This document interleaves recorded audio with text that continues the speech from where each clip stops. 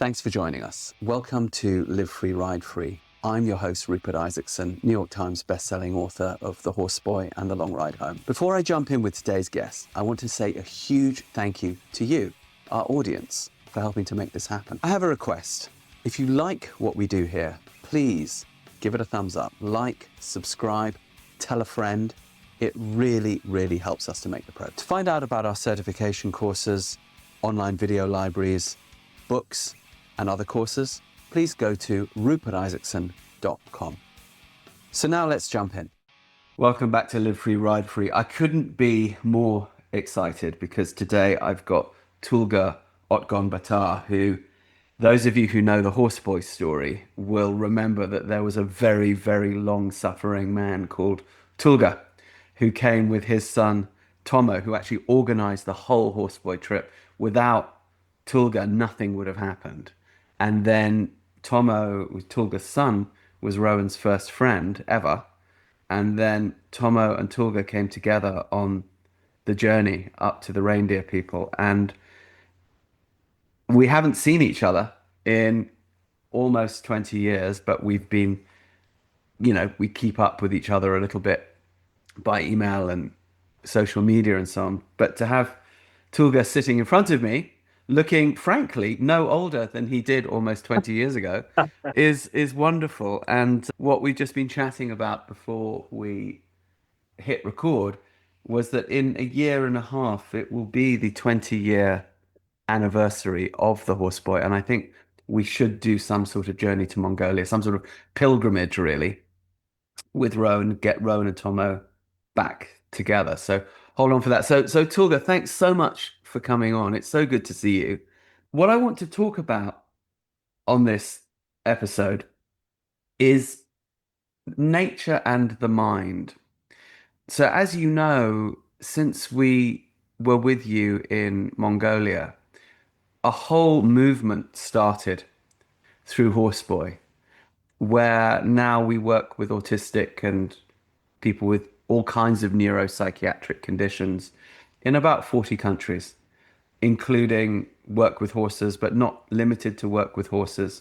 And we have these three methodologies: Horse Boy method, movement method, which is with no horses, and something called takin, borrowed from your Mongolian word for the wild horse, honored one, revered one, which is how you train the horse to do this work. And we do that as its own therapy for people with trauma, adults with autism, that sort of thing. So what we did out there in Mongolia almost 20 years ago has spread across the world into this work with nature and the mind in a way that I could not really have foreseen when we were struggling up those mountains together to see the reindeer people and wondering if they would even be there, and engaging in all those shamanic ceremonies, which clearly bore more fruit than we could have imagined at the time.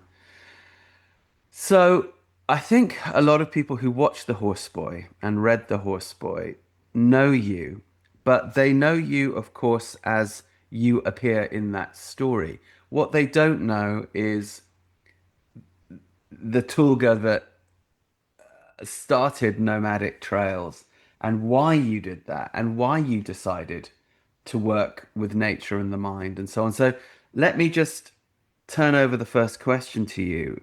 A, Yes. Thank you for coming on the show. And B, why did you decide to go into this line of work of bringing people out to experience the great Mongolian steppe? Yes, Rupert. So nice to see you again. And we were having a chat just before it started, you recording it. So even though I'd like to really say hello, and again, so nice to catch you up after so many years. So almost 20 years. So I'm so excited. Since I have heard you wanted to have some this talk with me. So I was quite excited and been started thinking all over again. And since 2006, we have been started, chatting and exchanging emails. And it just yeah, the old memories came back to me, and I was really, really excited. So yes, here we are. All right, back to your question. How did it all start? This is something, back in the 1990s, I started learning English because, Mongolia was a country where dominated by Russians, and during the Soviet period, even we were an independent country. So we had to learn Russian all the time. So in the late 1990s, I was one of the lads who I could speak English in Mongolia. So only the company in Mongolia has chosen me to be a tour guide. So this is how it all started. So it's like the job has found me. So I had this after so many years of the tour guiding job, and I decided to run my own company in 2004. So then I had an opportunity to contact with you. So then it all started. This is how it began. But what's interesting to me is that when people think about Mongolia, they obviously think about the steppe, they think about the nature and the nomadic people and so on. But of course, as you know, Ulaanbaatar, where you live, it's a big city, and it's very much a city. And you are somewhat of a city boy. Why did you Yeah. decide to make your living not with the multinational companies, not with the oil and gas companies? Because, you could have done that, or, the legal side of big business with your language skills. You could have easily gone that corporate route and made a lot of money, probably, working with China and all of that. Why did you decide, no, what I want to do is work with nature. I want to get out of the city and into the steppe and show people that. Yes, I remember when we met first time in Ulaanbaatar city, the capital of Mongolia. As soon as you landed, I took you in a vehicle and driving into the town, and he said, "Wow, Ulaanbaatar city, something not really nice actually." So then I said, "What is?" You said, "Why you chosen this place?" And I said, "I was born in, so I'm the city boy." That is the very first answer. Yes, working in this field and also taking the people out in the beautiful nature. I think it's a passion, isn't it? The passion sits in me, and traveling within the beautiful landscape. It's just really enjoyable, get it out of, leaving the city behind, and, enjoying all the nature. And also, it's not only the nature, it's the Mongolians, the culture itself, visiting nomads, people living out in the place, out in the steppe. It's another different experience. I always enjoy traveling within the country and the countryside, and still visiting families. And I wanted to show the world about, how Mongolians we live, still surviving actually in this modern world. It's rapidly changing the modern world. It's just we keep our tradition as well. Of course, it's beautiful nature as well. And at the same time, yes, the mining is so big in Mongolia. Besides that, there were so many opportunities for sure, opportunities. But yes, I wanted to show Mongolia to the world, and show all the experience about Mongolia to all the people who comes to Mongolia. That was the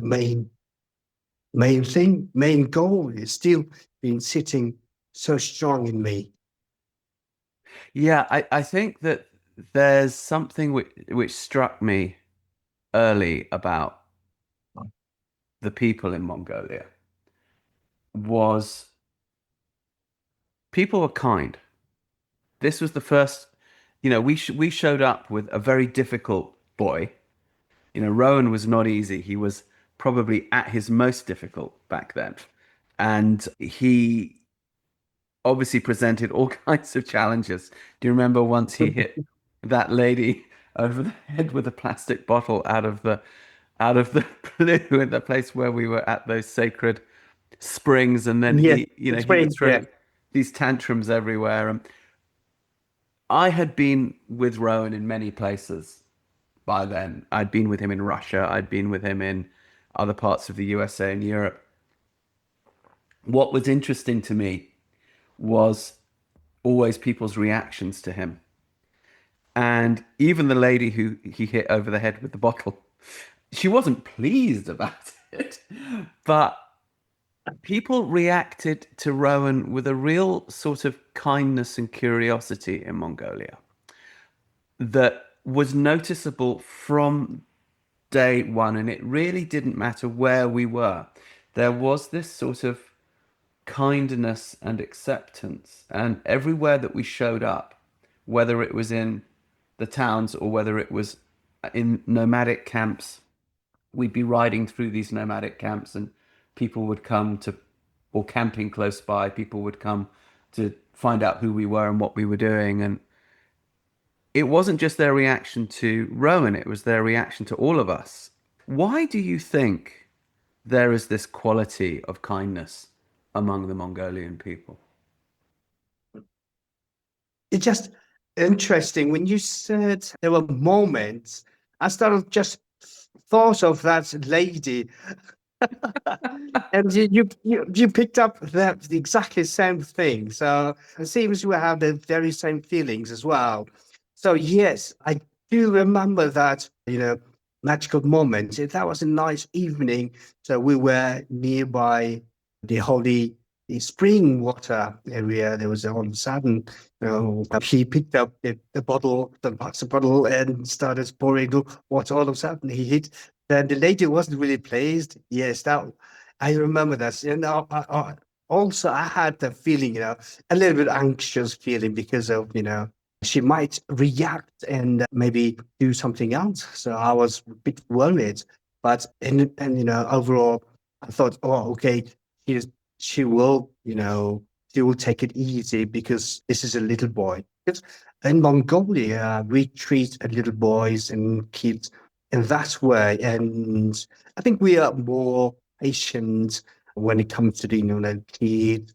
So we always say it's forgiven, forgiven. Because I think it's in our culture, to be more respectful to nature, respectful to kids and elder people. So this is in our culture, in our genes. So it's been carried over thousands of years. So I think it's one of the ways, we, especially the foreigners when they come when you come to Mongolia and we still would think, okay, he could make a mistake, she could make a mistake because this he or she is new in here. It's fine, and also it's in thousands of years, that experience of forgiveness, we always had it. That it's that helps a lot. Then I think it's most foreigners in Mongolia. They really enjoy that experiences. I think it seems the first Mongolians we look quiet, poker face, or we don't show our emotions immediately. Then people start talking and smiling, maybe just a little bit of ice breaking afterwards. Then we start having that big laugh and start even we cannot talk, so we show using our hands, language, and so on. I think it's to be related to our nature as well, because the weather in here is so harsh. Mm. So we have to be patient, In wintertime, it's just very cold. So it's just already minus 20 Celsius in degrees at night in Mongolia already. So, but in summertime, it's quite opposite. It's so pleasant. So it can be quite hot. So I would say the weather makes the Mongolians be patient. and it helps a lot, I think. Yes. Mm. It's interesting too, because from the European perspective of Mongolia, we remember the history, and one of the first things that one sees when one goes to Mongolia outside Ulaanbaatar, there's this huge statue of Genghis Khan, and oh, he's the national hero. Of course, to people in Europe, he's the guy that killed everybody, and not just him, but Kublai Khan and Tamerlane and all these guys. And what's so interesting is that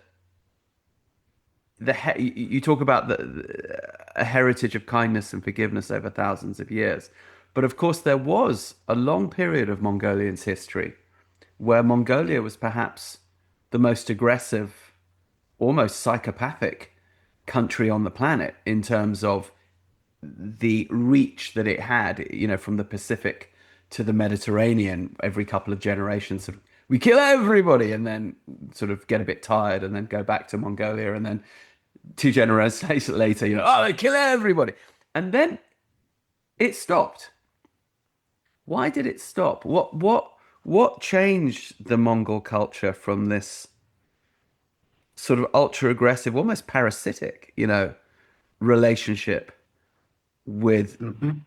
the world to this sort of current, as you say, kindness, patience?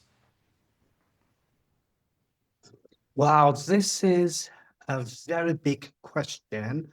To answer that is not that easy.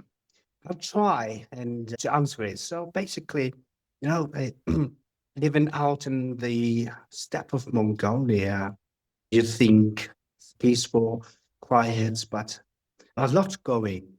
Think in somehow during the trip, during the tour, I think we had a little bit of this conversation already Mm, back in 20 years. And so, yes, in Mongolia, Genghis Khan, he's like the grandfather. He's like king of kings. So it's like for us, it's just like an official religion, mm. an official god. So if someone talks bad about him, the Mongols go really angry and sort of that. So Sure. it's like I would say this is more like religion to us.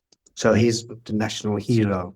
So yes, when you leave the country in Europe and somewhere in the Western world and somewhere the part of the world, so he was known as the big one of the big the war machines and murderer, killer, and in that way, yes, I agree with that because all the history was written those countries who were defeated by Mongols.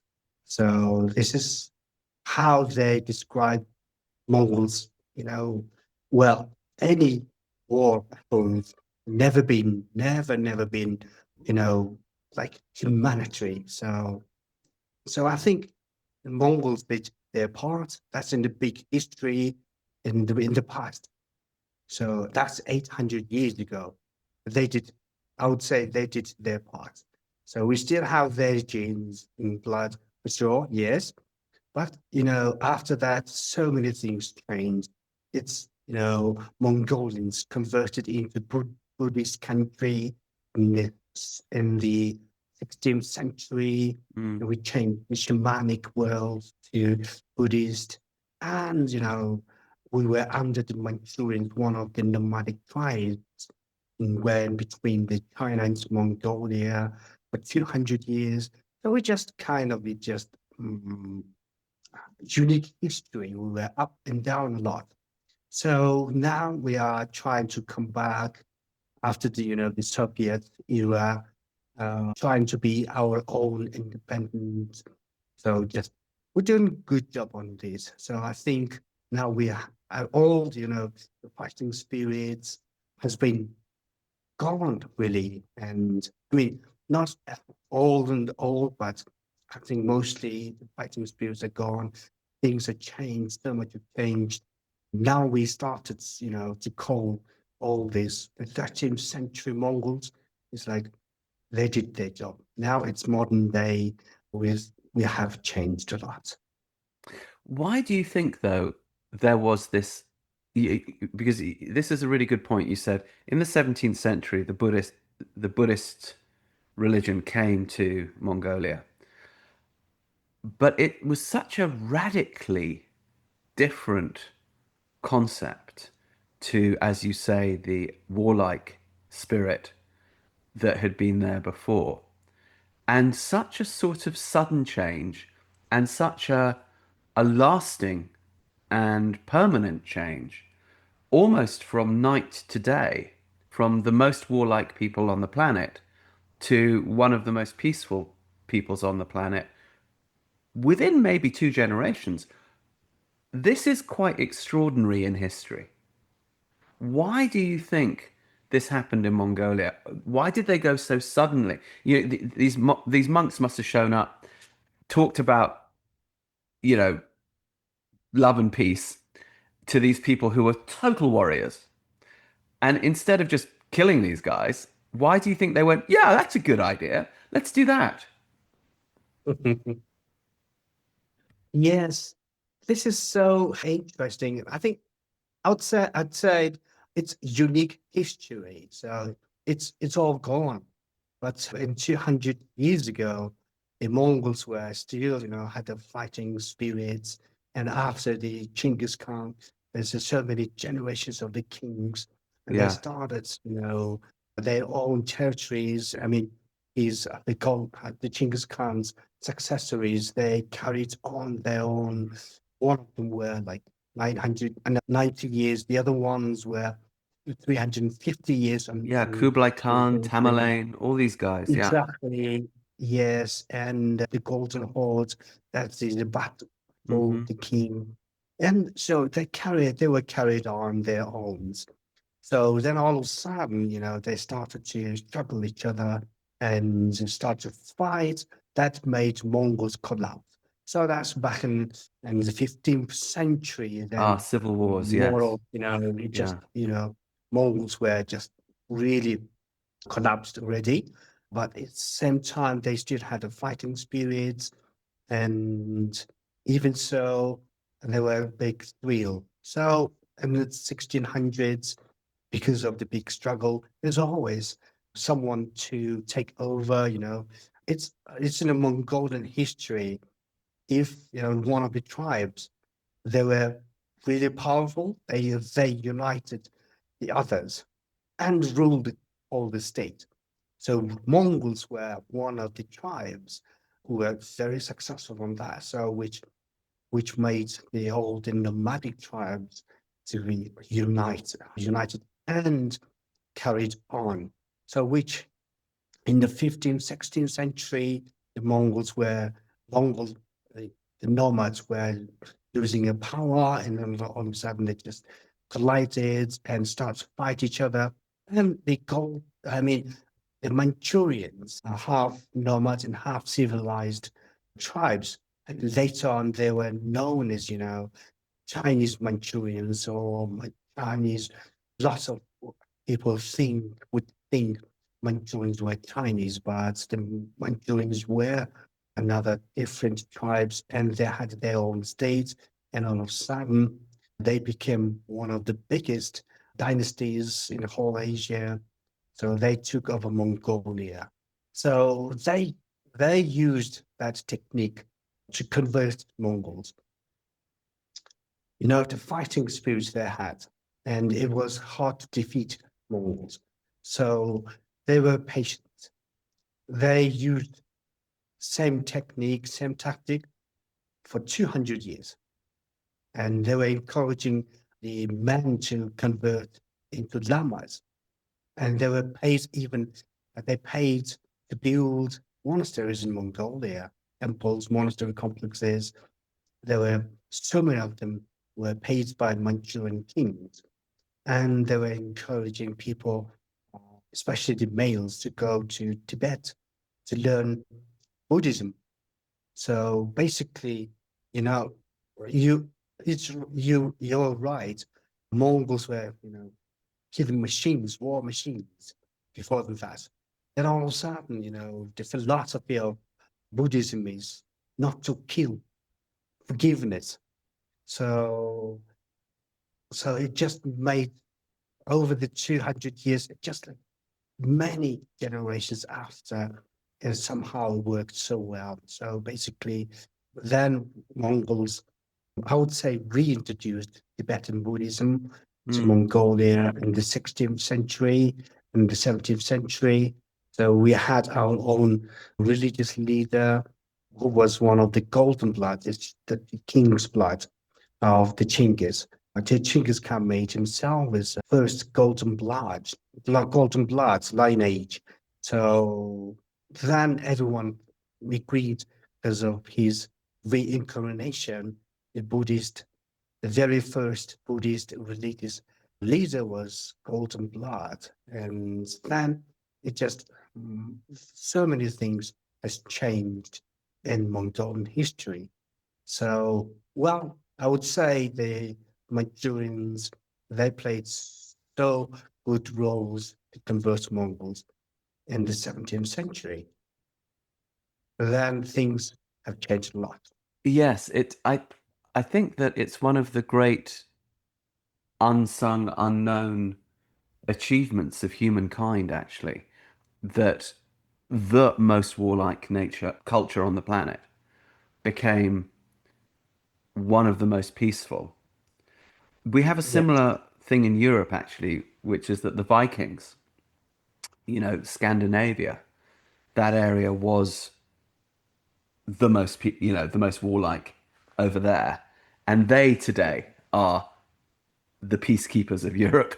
yes, I wonder what's going to happen with England because we were also complete pirates, British Empire, aggression, and I don't think we have achieved the same level of peacefulness and enlightenment that the Scandinavians or the Mongolians have. And I think, it's so interesting when people look at history, we're taught the big political events, the battles, the conquests. What we're not taught about is these types of cultural achievements where whole peoples decide, maybe this way is not a good way. For several million people to make this change, it's really an achievement. And I feel that Mongolians should be really proud of this. But it's interesting you talk about the fighting spirit, the warlike spirit. Of course, now in the new modern age, everybody wants Mongolia's natural resources. So China's going in there, Russia's going in there, the Western countries are going in there. I should imagine that something of the fighting spirit is still needed to hold the country from being pillaged for minerals and so on. What's the situation now with that in Mongolia? How do the new generation of Mongols, people like Tomo, your son, who obviously was Rowan's first friend, he's facing this new situation, this new Mongolia. How do people like him feel about this? Mongolia today, it's interesting. It's more democratic country sandwiched between Russia and China. So if you're looking at the map, world's map, it's just, the huge Russia there and the China there. And in between, there's a Mongolia is blue. So it's a red Russia, the red China, and the blue Mongolia. It's in our flag, the red, blue, red.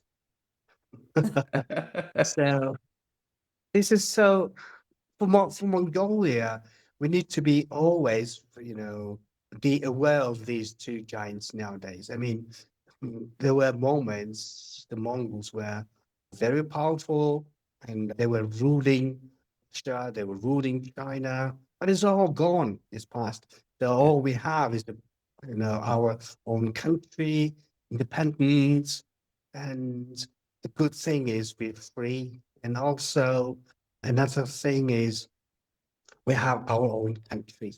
So that is a all main thing. We should be very proud of that. Of course, it's so rich in resources like copper, gold, and coal. Yes, the world needs it, and China, Russia, they need it for sure. But yes, I think Mongolia nowadays we are so smart. I mean, still surviving in between these two giants, the brown bear and the panda bear. They've just been Hmm? between the Mongolian gobi bear there. So we need to be very smart. Otherwise, things would go wrong easily. I think how the government they're trying. I think that they trying their best. I think there would be always complain about how the government is running badly in situations, but still, I think we have. I see the lights, and I see the good. I mean, the positiveness, a lot of positiveness in here because of our country's more democratic country, and we have freedom to say what we think, even some people without thinking, without judging, we still, spread the word out. But, it's just so important nowadays. And also just in the government's level, they start listening the younger generations. So the let's say last 4 years, the I would say the youth, the younger generation, we went out in the streets and struck against government, and we managed to pull that down to government in Mongolia. So that indicates, if something goes wrong, we could, come out and fight. And I mean, strike against the government. And there's still this kind of, these spirits, we still have it. I think it's a very good sign. And so if we feel wrong, if we feel bad, we could just spread it out, go out. And the fight that is being one of the basements of that democracy in the world. And I wouldn't say we're enjoying it, but we still using that. So in the opportunity in the future, it's more positive, I would say. Yeah, I mean, Mongolia is one of the great intact ecosystems of the Northern Hemisphere, right? This is immediately apparent when one is traveling there. One's looking at Mongolia going, wow, this is the planet as it's supposed to look. And I was always amused too how you have the Western perspective. People talk about Mongolia. Outer Mongolia means the edge beyond everything. And of course, for Mongolians, what Mongolia means is home. And it's the West that's the edge of everything. But Mhm. that homeland, that home is such a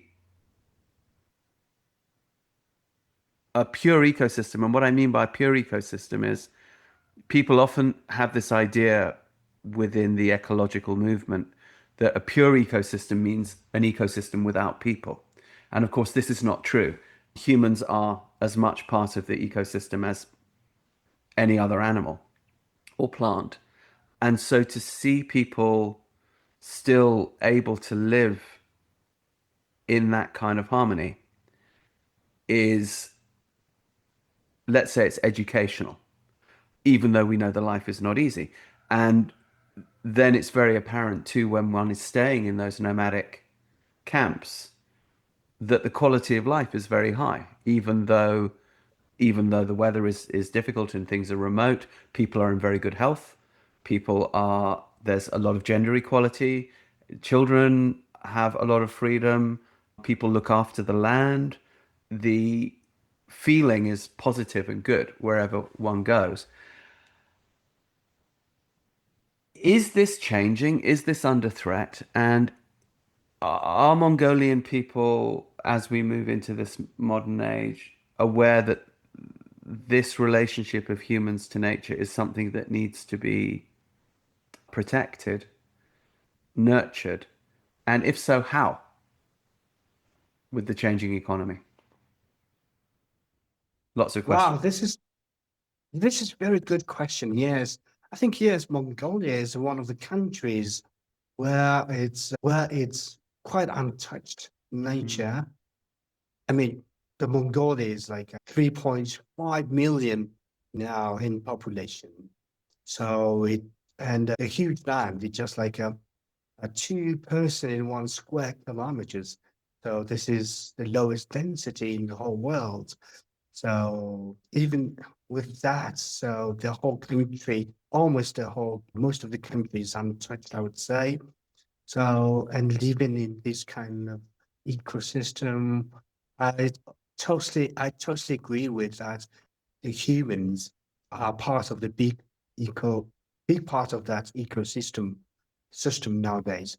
So whole Mongolia, I think we are so privileged to have these big lands and in this untouched, beautiful nature.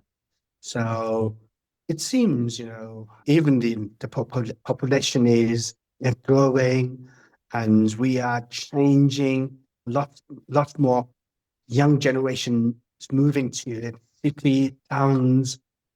So there are still, huge, I would say, the huge thoughts of, going back to being a nomad heard in young generation nowadays. Because of, let's say, Ulaanbaatar city, that we say it's about 300, more than 370 years of history, but mainly speaking, there's only 4 or 5 generations settled in the city.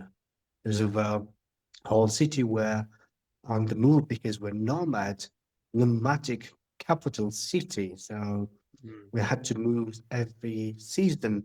Imagine the whole couple is moving one place to another after 3 months and so. So that must have been so difficult. So only, 1850s, we settled Ulaanbaatar cities, not moving from here. So many reasons now, because of these traders were having difficulties to find the capital city. Right. So the ones we're asking each other, have you seen the capital Mongolian recently? Have you seen it? Oh no, it has moved, in the northern area. So you might ask somebody else, and coming in a couple of weeks, they might change. And so this kind of that things where I think I would say so unique. It's because of the nomads we still carried that philosophy so much. And now, even nowadays, like I said, like 4 or 5 generations, people mainly lived in the country. So we still carrying all of this philosophy or to have our own nomad culture. So nowadays, even the ones and living in the city, we just quite connected easily with the people in the country and the nomads. We always say Mongols, every single Mongolians, they have any relatives in the country. We have sayings, where you from? So I would say, oh, I'm from the UP, Ulaanbaatar city. So they would say, no. Where's your background? So which means, your dad or your grandfather, where are they from? So I would say, oh, from the Gobi. Oh yeah, that's it. So which means every Mongolians we have their relatives back in this country. So we travel back and forth. And I think not, even the ones from the city, not far away from the nomad culture. Mm. So I think this gap is just, extending, each generations, I would say. But, the teaching kids or without, telling them, we're just bringing them to the country, traveling. It's just the main goal for families, even nowadays, especially in summertime. The huge movement, I mean, going back to the country. during the summertime, it's a whole big thing in Mongolia. Because, I would say it's summer in Mongolia, one of the best places you want to be. So then the whole Mongolians, people from the city, town, they would they would love to leave it behind and go to the country for a month and so. So that means the people still, going back to the culture and nature. So I think it's our thing. And we have this beautiful nature and beautiful culture. So this is like passing it generation to generation. But I still think the gap is extending. The growing city and nomad. Even so, the Toma, like for example, from Toma, my son, he lives in the city, but he knows if he knows how to live in the country because I brought him to the country quite often and showed you we live kind of staying there longer, 1 or 2 months. So this is how we trying to leave our culture behind, even the city. The ones in the country is all right. They they do have their own problems, but generally speaking, they are really happy staying over there. Not modern days, things are so much improved. For example, because they use the solar panels a lot nowadays, because they have their own electricity to generate from the solar and that things are so much. They have mobile phones and they watch TVs and they have their own social medias. They use Facebook a lot. So yes, modern nomads, I would say, happy. I would say really happy living out in the country. The place I know that's closest to your heart in Mongolia is actually not the area that we were in, where we were up in Siberia with the reindeer people. I know that for you, the place closest to your heart is the Gobi, is the desert. Why is that? Because it's known as one of the harshest landscapes on Earth, one of the most difficult places to survive, extremes of temperature, very little rainfall, etc. What is it about the Gobi that's such a special place? Yes, you see, when you dig about Mongolia, the Gobi comes up, and quite a few things come up for sure. It seems the Gobi Desert, it's been, firstly, I would say, it's been advertised so much. And secondly, there are so much of the natural resources there. Third, I would say Gobi itself is just a really fascinating place. So if we think of a desert, so the Africa, Sahara, anywhere in the continent, we have our own big deserts. So for Mongolia, the Gobi Desert, it just gets cold really, and we have snow in the Gobi in the wintertime, and also it can be really green in the summertime. Mm. Same time, you see this picture at the photo behind me, the background. I was Yeah. taken in the Gobi. You can't Okay. imagine that No. you would think Yes. it's a step, but it's in the Gobi, down in the south How Gobi. interesting. Taken it last year. So it's like that. So it's just incredible changes. You can see incredible changes, incredible places for sure. I think there's a very good energy as well. So a huge emptiness and the wilderness, wild game, so much of that, so much of in that. And the sand dunes, of course, sand dunes, big tall mountains we have, and snow leopards and the mountain goats and mountain sheep. So many things there. Mm. Yeah, makes me want to go immediately. Let's talk about the spiritual aspect of the nature in Mongolia. Mm. So this is still obviously a part of the world where shamanic culture is unbroken, even though the Soviets tried to break it, they couldn't. And obviously, I myself am a recipient of the power of that healing culture, because the child that we went out to Mongolia with and the child we came back from Mongolia with were two very different children.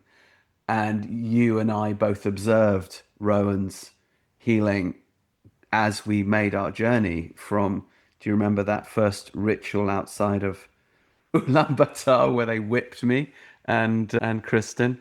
And I remember watching the guy come across to me with the whip, and I'm like, he's gonna whip me. And I turned to you and I said, is he gonna whip me? And you went, huh, Yeah. maybe a little bit. It's important not to cry out. And he whipped me so hard. He whipped me right across my groin.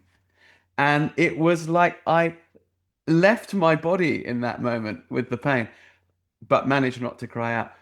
But what was so interesting about that, these, of course, were the shamans of the horse people, the steppes, was that I at no point got any feeling that these people were trying to do anything other than help us with the best technology, spiritual technology that they had available. And of course, it was during that first ritual, which was in some ways so difficult, that Rowan made his first friend with your son, with Tomo.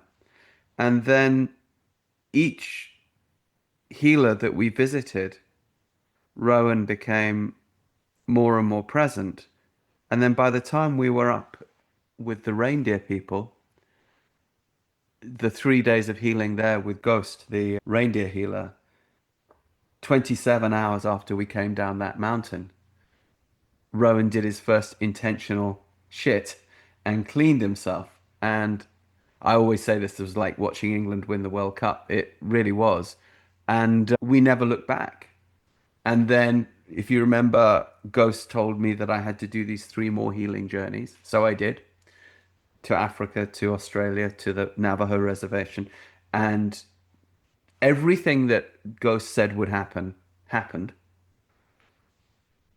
And I know that I'm not the only one who has had this experience. And it's so interesting. When we got back to the West and I published the story and made the film, of course, they were successful, these stories in the film. But with success comes criticism.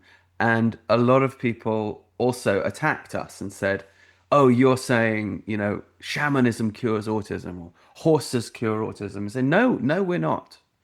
But what we are saying is that there is a difference between healing and cure. Cure implies that you take something out completely. Rowan is still autistic. He lives pretty independently now. He has his own car. He has his own house. He has 2, 3 jobs. He travels by himself. But he's still autistic. That is part of him. But the great gifts come with that autism. But the healing of the suffering that he was going through, the incontinence, the tantruming, the inability to make friends, the isolation, it was Mongolia and the contact with the nature and the shamans of Mongolia that really changed this. There was a child who arrived in Mongolia, and there was a very different child who got on the plane to leave Mongolia. You have, of course, seen this happen time and time again. You've taken many people to see shamans.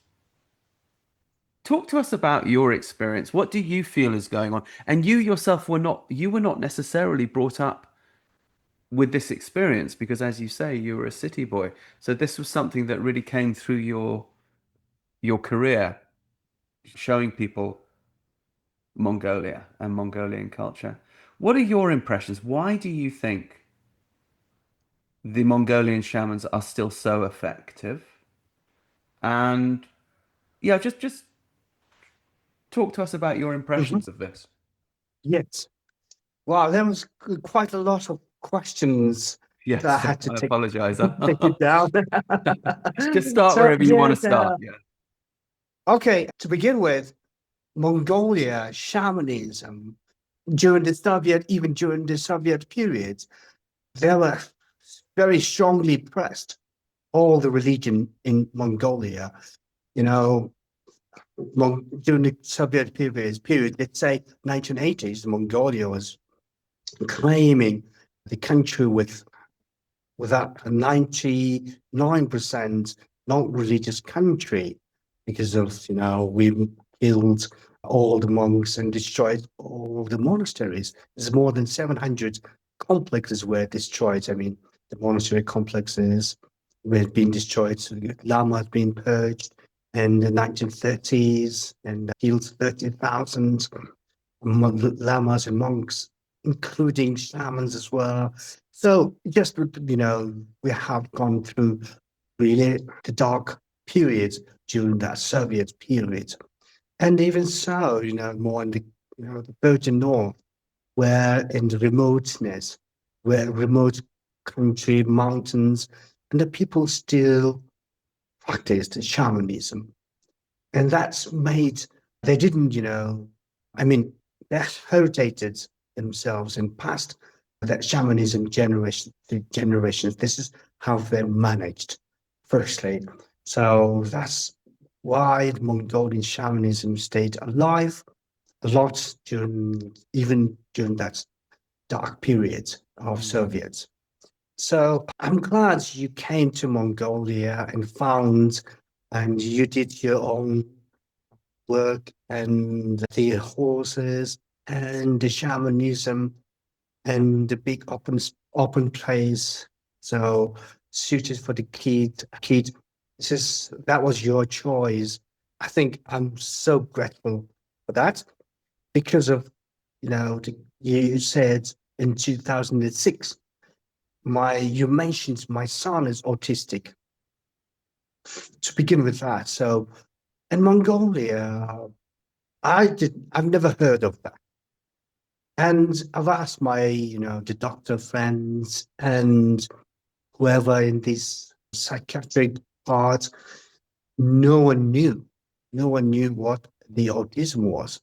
That was really, really something.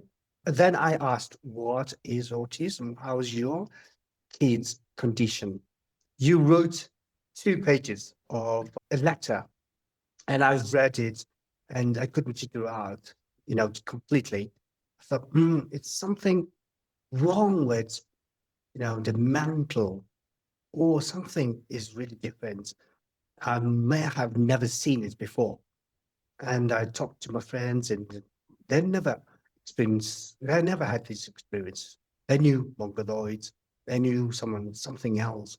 But I shouldn't mention that's a mongoloids. So Down that's syndrome, we call it. Yeah. exactly it's a syndrome down. And then by the time it named mongoloids, but I'm glad it's changed to down. But they don't mention it anymore. So it's Yeah. Down syndrome. And yes, so I would say after you came to Mongolia and left the country, and you wrote the book about it, then the movie was released. That's the movie was shown in on Mongolian TVs, all the TVs. I would say all of them. They showed to Mongolia a lot. Maybe I would say over and over.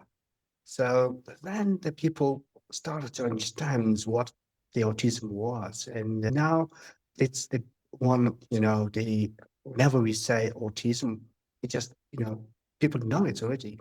Yeah. And we accept the kids, the behavior of the kids and the parents, it just, everything about autism is accepted after you left the country, we made a movie, we wrote a book about it. So I think we should be very thankful for you doing that. Moving on to that, the very first the shamanic ceremony. outside of, just a little bit outside of Ulaanbaatar city, and in the bottom of the mountain. When you start mentioning about it, all my memories came back. I mean, there was 9 shamans, and they started one by one, and all of a sudden, one of them didn't. I wouldn't say that he decided to whip, but I think they naturally. I mean, just one of they their methods. I knew it was coming, and I was like, trying to make it soft, to tell you softer way, but I didn't like the ways. But yes, at the end, it was. I mean, it was hit so hard. I could see that. Yeah, that was, I would say, so intense to describe that. But Yeah. at the end, things changed immediately. I mean, that is a thing. Then Toma arrived with his mom, my wife, in the middle of the ceremony. Then he started running. He started running towards to Toma and start hugging. And you were so happy with that. And also then, He'd never done that before to another child, ever, like never. mm, And it happened that in the is middle of that ceremony. exactly, that was very, I mean, it's magical moment, one of the magical moments. So for us, it just, because I've never experienced the autism before, and it was like quite common. And I thought, hmm, why, why is he so happy about it? And also when in a few days we left left the country, and we were driving, and all of a sudden we stopped, and the kids went out and started to play the pirates, and you were extra happy with that. So then I thought, this is normal. The kids can play to each other. So that means uh, we've never known the autism before. We never experienced it, and I've never experienced it before. So then, after you left, I realized a lot about the autism and how it works, and also how the main thing is how the community accepted. That is a very interesting one. After you left, and the movie released, book was released, and it was painted in Mongolian after if I'm not mistaken, 22nd language, and that was Mongolian, and people read it and watched it a lot, and people contacted in Mongolia. Mongolians contacted me a lot, and all of a sudden there were so many the autistic kids came out, and the community started to accept them, and then it made huge changes. I would say it made huge changes. Right. As you know, if you followed any of my work, I'm an autism dad, and we have a whole career before this podcast in helping people with neurodivergence, either who are professionals in the field. Are you a therapist? Are you a caregiver? Are you a parent?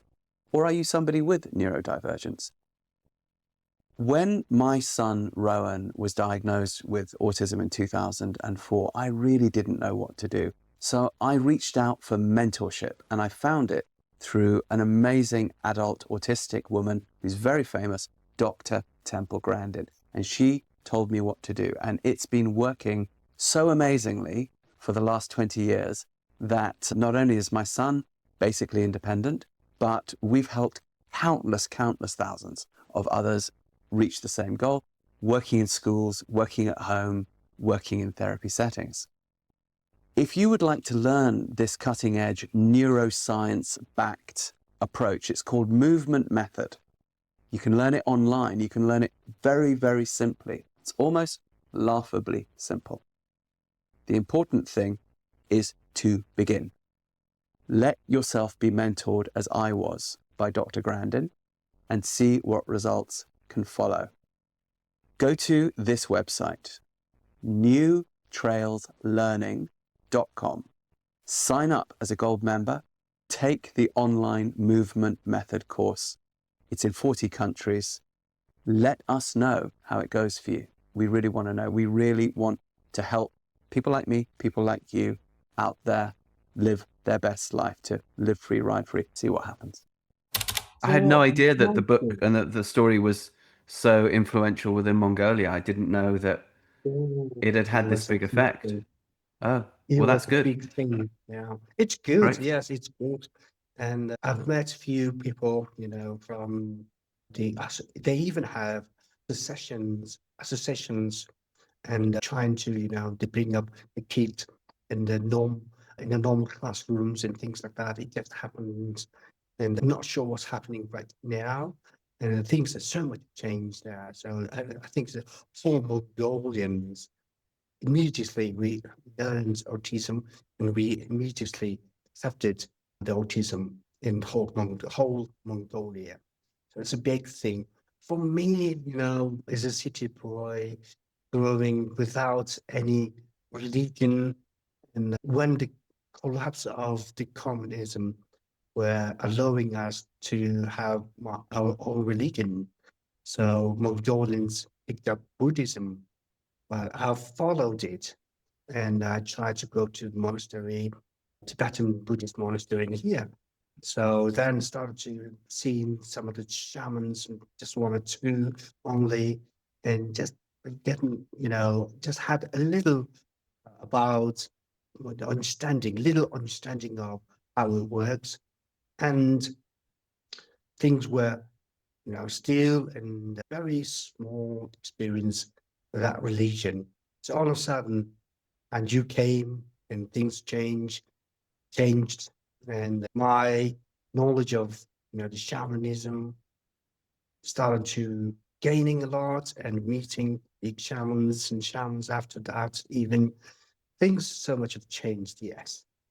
So wow, thank you from the Mongolians to making all this, effort, make change the Mongolian perspective of shamanism, no, the autism in Mongolia, autism, how it works so much. So I think it was a Well, wow, I big wasn't thing. expecting this at all. Thank you so much. No. It's always good to have. Yeah, I had no idea. I had no idea.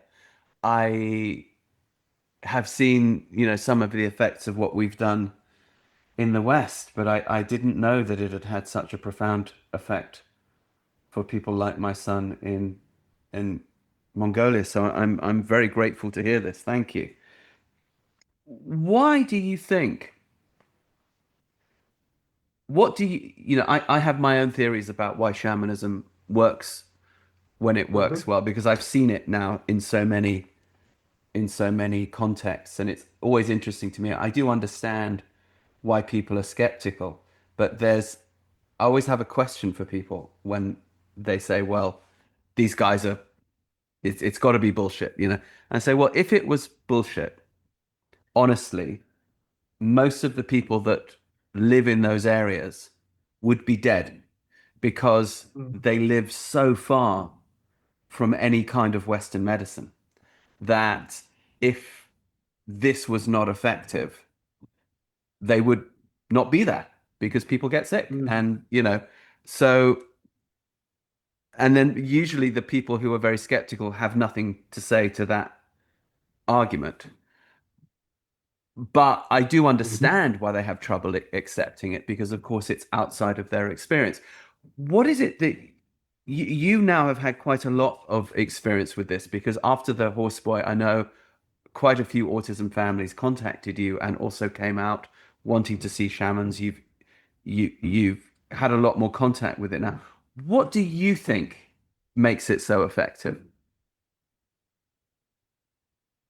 You said earlier, a clearing, curing and healing is different. I totally agree with that. Okay. So the healing power is something they were given, really, the shamans. Yes, modern days. Now everyone, if we don't like it, we say, I don't like you. I don't like it. So I don't trust it. So yes, it's up to the people. Yes, that's fine. Really. So things like the shamanism, shamans, or who really believe in that and following it. And I do respect them. And in somehow, it seems a lot of people, they want magic. Mm. They want things to change immediately. They want to change now, or they want to change completely. I think it's one of the ways, one of the expectations from the people whenever they see shamans or to do the ceremony. I think it seems it's a little bit of different expectations, isn't it? And then, afterwards, or, the ceremony happens, the healing happens. It's more of, healing than your body. It's the mind, soul, it's the energy itself, things are, it's a combination, I would say. It's a combination. You can't just, it's also, the nature, beautiful nature, and the animals, horses, it's everything. It's a combination of everything, I would say, to heal that, the ones, whatever the cause of the illness. So when you come to approach the shaman to ask him whatever the reason was, I think it's the combination, I would say. Yes, shamans can do the magic. I would say yes. Shamans cannot do magic. I would say no. It's just, people nowadays, they like to judge or they like to make decisions before they try it, it seems. A lot of people, they try a little bit and they just give up. So things are like that. And modern days is quite a lot happening, a lot, I would say. Yes, a whole tribe, whole in the northern region, they still practice very strongly that shamanic practices there, very strong, and they still carry carry carry these practice around, over the years and years, so many years now. But they still believe in that. It's the purpose is not only the healing. It's not only the doing the magic words. It's just their practice. I think we should accept it in that way too. In that way too. Have you yourself sought out healing from some of the shamans since the horseboy story? Have you begun to use this in your life? Mhm. Since you left, I kind of worked more than 200 shamans. Wow. Yes, I just started to see more and more. There were new shamans. There were, shamans from the Western Mongolia. There were shamans in the Gobi. I really started to see them and work with them and asking a lot of questions and try to heal their energy, ceremonies, so many ceremonies, so many ceremonies. Yes, I have been asking and to do healing myself. No, not really, but um, most of the time I was with someone else, and then I hadn't had much of time to ask myself, and only a few questions, like very practical questions, like there's something which is bothering me, and I cannot achieve things. And I got to the shaman. He said he he did his ceremony, and he looked at me and said, "I told that there was a key or tool of your car. You sold your car. You sold it, and you kept the key or the tool." He said, "The key, you still have it, extra key." And I said, "No, yes, I sold my car, but I never thought I kept the key. And he said, it might be some tool you still have it. That is bothering. There's something causing you to have, this kind of spiritual in you, spiritual mind in you. So I said, okay, I'll take. Then I came back and home. I went to my home and I found the key. I found the key.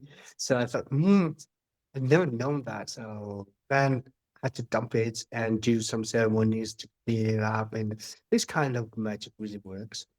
Yes. And what happened after you did that? I think after that, I clearly, I clearly remembered that because of, I was, I think I was trying to get something, but it didn't work so much on that. I thought I couldn't achieve it. Then it was related with something, my financial situation, and it's related to bank and things like that. So after that, it just smoothly fixed. Yeah.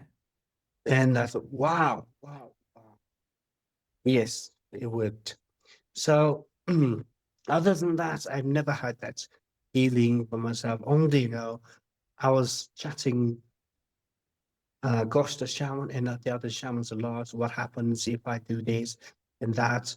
What if I meet the Lord of the Mountain in the mountain? That kind of questions have had, in conversations a lot. What was his answer to what happens if you meet the Lord of the Mountain? And also, what is the Lord of the Mountain? Oh, yes, the Lord of the Mountain. In Mongolia, every big mountains and big rivers, they have a master who owns it. And we have to be respectful. Otherwise, they get angry. If they get angry, they could hurt you. So then, once in it, when there was a time I was chatting with the ghost shaman about it. So I thought, the Lord of the Mountain maybe is quite scary. He can be quite aggressive because someone new doing new. So he might hurt me. The ghost shaman said, no, Tulga, he wouldn't dare to hurt you. Only thing, if if you do bad things, then he can hurt you. So what would be his, I was asked him what the creature I could, I could tell, oh, he's the Lord of the Mountain. How can I recognize the Lord of the Mountain? So the ghost shaman said, oh, it's simple. He can come out like a small boy or the beautiful deer or a bear. It can be anything, but you don't have to be afraid of. Only thing I is afraid of is, the bad spirits who's been too old and too naughty, too, lived long and starting to giving the bad energies to people, then you have to be very aware of that. I remember that he said. So then I asked him, what happens if that's bad? There's a ghost or it's like a devil taking over me. Can I just get rid of it by myself? He said, no, you can't. You need someone like me. That was he said. That was a very interesting conversation we had. And one of the things I suspect is that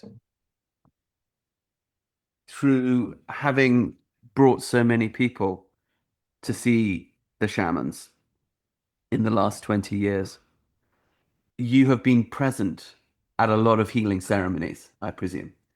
And just as I have, I've been present at a lot of ceremonies in many, many different countries, Mhm. usually for other people. And I think what happens when one does this is you, of course, always get healing as well. And I think there's also something healing about arranging healings for other people. And then, of course, so that's healing in and of itself. Then the second thing is you are there during the ceremony. Some of that energy is going to come to you. And I, like you, I spent so many years helping people find shamans and healers, and not just my son, but you know, other people for Well, other thank reasons you. too. Say what? Yeah, So- thank you. That's a lovely compliment. Well, yeah, you've really helped to heal a lot of people, and of course, so therefore you have received a lot of healing yourself. Yes, I Um, have. the first time I think that I really went just for myself was, I think, 2018, and then I did it again in 2021 with the healer that I on the Navajo reservation that I took Rowan to at the last of the three healings that the Mongolian shaman ghost told me to do. And it took me all those years before I went for my own healing. Mm. But I think that I have really benefited from being part of those ceremonies and arranging those ceremonies for others. And I think the same has happened to you. I think that you've been a catalyst for the healing for many, many people.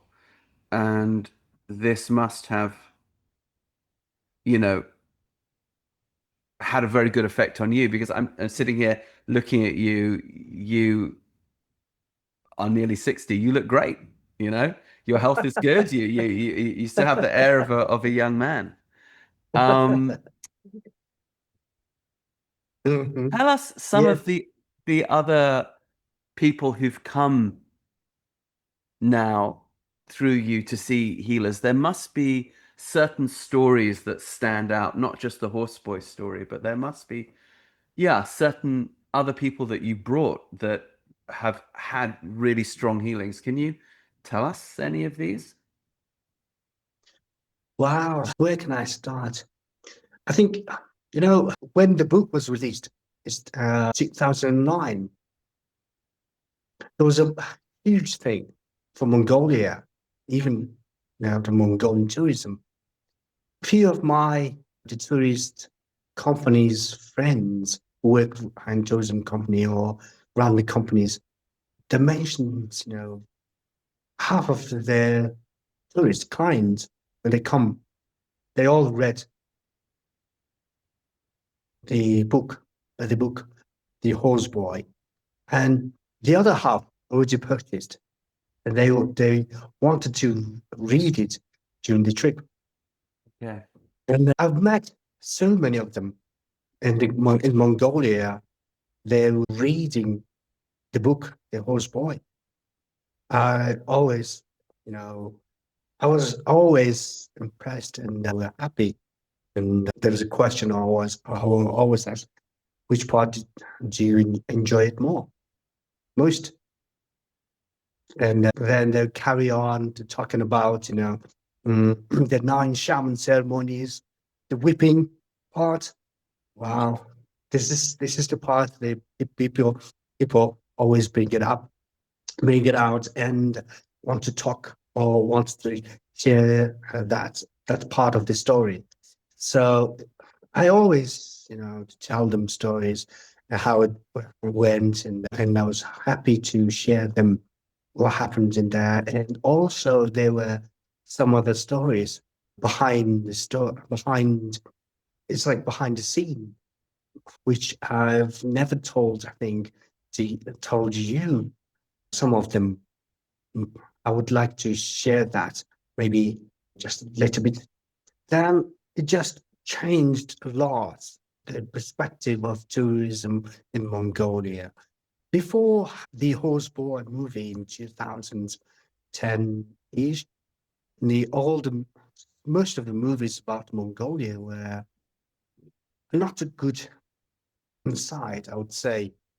They were mentioning about street children. They were mentioning about, Mongolia, the whole economy is going down, but the countryside is beautiful, but still there's something, going and not really happening. But the Horseboy movie came out.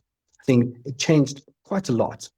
Quite a lot of, the movie makers, they started to see Mongolia as another beautiful country. And also, wow, it's a culture itself is just different. It's shamanism. Wow. It seemed there's so many, uh, the videos come out about the shamanism in Koreans, French. Well, I'm not sure who else did it. So it changed a lot. In the tourism, tourism perspective, well, in the meeting a lot of shamans, wow, things changed a lot after that. Then all of a sudden, whole Mongolia, started to change. People start to practice shamanism after that a lot. And the, the ones, then not, they're not normal. They start thinking themselves, they can be shaman. Ah, yes. And then a couple of years later, they had to stop it. So that's why I wanted to see a lot of shamans throughout Mongolia and to have conversation and try that their ceremonies, whether it's really happening or not. And of course, it was boom. It was boom in Mongolia. And again, when you mentioned people criticized a lot, yes, it happens in Mongolia as well. And every time there was a big criticism happening, the shamans always, they said, hey, if you don't believe it, watch the movie. The Horse Boy, there's a movie, there's a real shaman movie. Hey, you need to watch it. This is something like that. So I think in the world of this shamanism or shamanic practices, the Horse Boy had stepped too deep, and there was a huge movement left there behind. Then, yes, we are experiencing a lot of shamanic ceremonies. I think in each time I could feel it. Yes, it just happening. Whenever I start feeling it just happening, it's just yes. The word when you described catalyzer, so I think catalyzer. This is I really liked it. So yes, it does.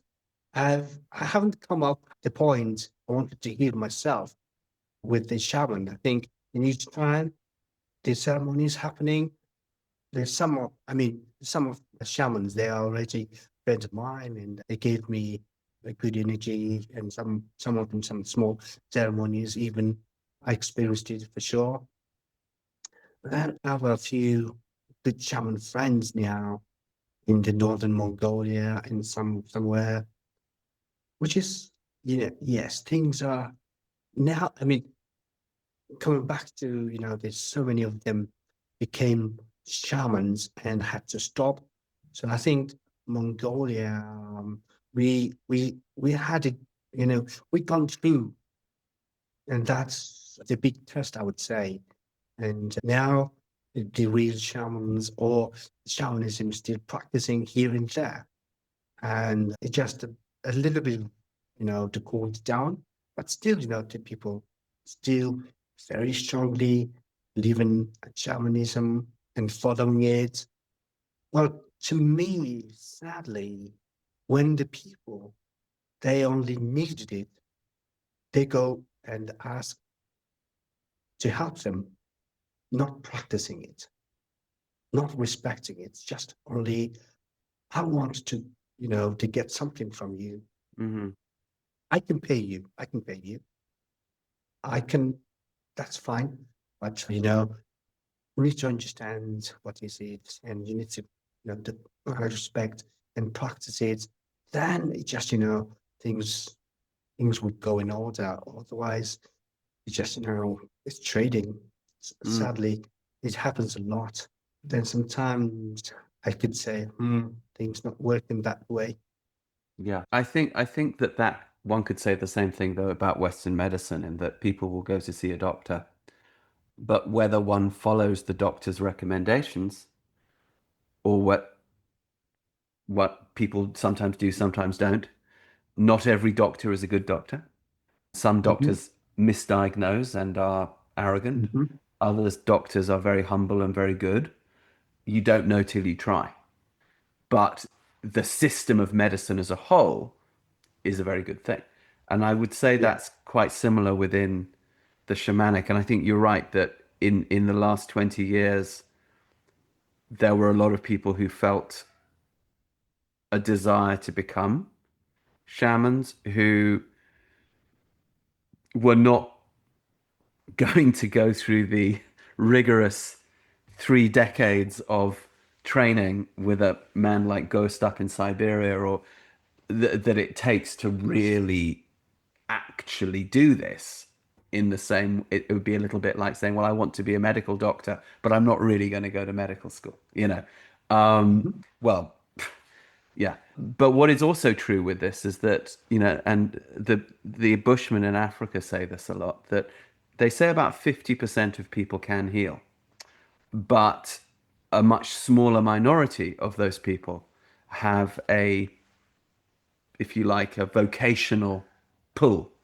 But you still need this system of training if it's really going to work. And this system of training is about 3 decades. Yeah. It's very, very long, which, of course, if you're living in the community where you are practicing your healing, but you're also a hunter, or you're a reindeer herder, or you're a horse herder, or whatever, well, your apprenticeship to the older shaman is just going to be built in to your way of life. But if you're, yeah, living in the city trying to have a job and doing this on the weekends, this is difficult because you're not you're not really immersed in that world. And I could see how even in Mongolia, particularly in the city, in where people would have Yeah. felt perhaps a real desire to connect with that culture, but without really living that culture, there could have been a boom in, let's say, not so good practice. But as you say, once that cools off, then the people who are still living out in the remote rural districts practicing this thing that they've always practiced, well, they're still there. And those people are independent of fashions or fads. Hmm. That said, probably some of the people within Ulaanbaatar itself probably were good healers, or perhaps still are, but just, yeah, maybe not with access to the best mentorship. But in terms of you've been going all over the country now and been exposed to a lot of healers. Have you seen some similar types of story to Rowan's, to the horseboy? Have you seen some healings that really did leave a lasting change? And last 20 years, I have worked quite a few families. Mm.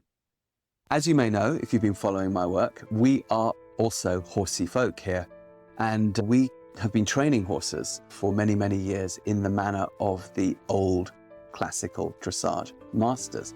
This is something which is often very confusing for people.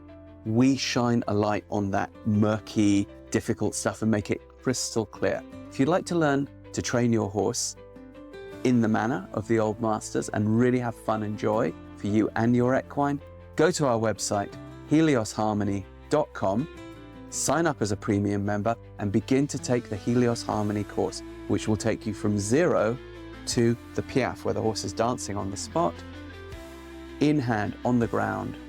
And then from there, you can develop out to anywhere you want to. heliosharmony.com to unlock the secrets of the old masters. Some of them received a recommendation from you, and some of them found me internet. Yes. I think there was a family, they came to Mongolia. I think they're from New York. And we took it quite shorter trip than us. So ours were quite a long one. It lasted like 4 weeks, isn't it?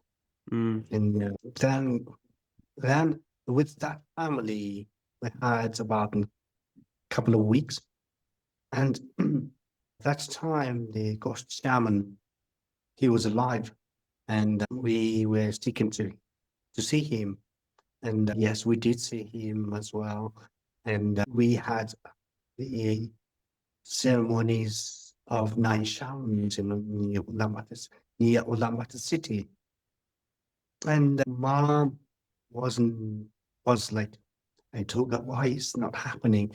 In the book, it worked immediately. The boy changed immediately. Why isn't happening? So I was like, okay, every kid is different. We have to wait. We need to be because it's the only. I mean, it's not only shamans. We need to take the whole trip is about for that kid. And the kid was like, he was 4-year-old and no speaking. He's like going around. When it's all this, the autistic kids, about 4, 5, 6-year-olds, they just run and pick up things. But he was more like addicted to picking up cigarette butts. This is in Mongolia, you can find them so easily. Nowadays, a bit different, but by the time he was like picking up the cigarette butts, and if there is alcohol around, he's quite into it.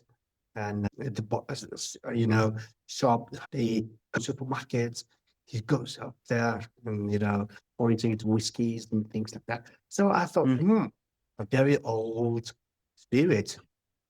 So he didn't talk, and he could turn back if we called his name. And then we were riding. We rode horses up to mountains and exactly the same route we have taken. Yeah. And we have seen Ghost Shaman, and he did some ceremony. And where we went down, and where Mom was still, suspicious. And I said, "Tulga, it's not happening. It's not happening." I have no words. So we may just, have to wait a bit. Every kid is different. Then I was driving and driving them, the whole families with me. And when we get to the modern town, the same place we stayed in modern town.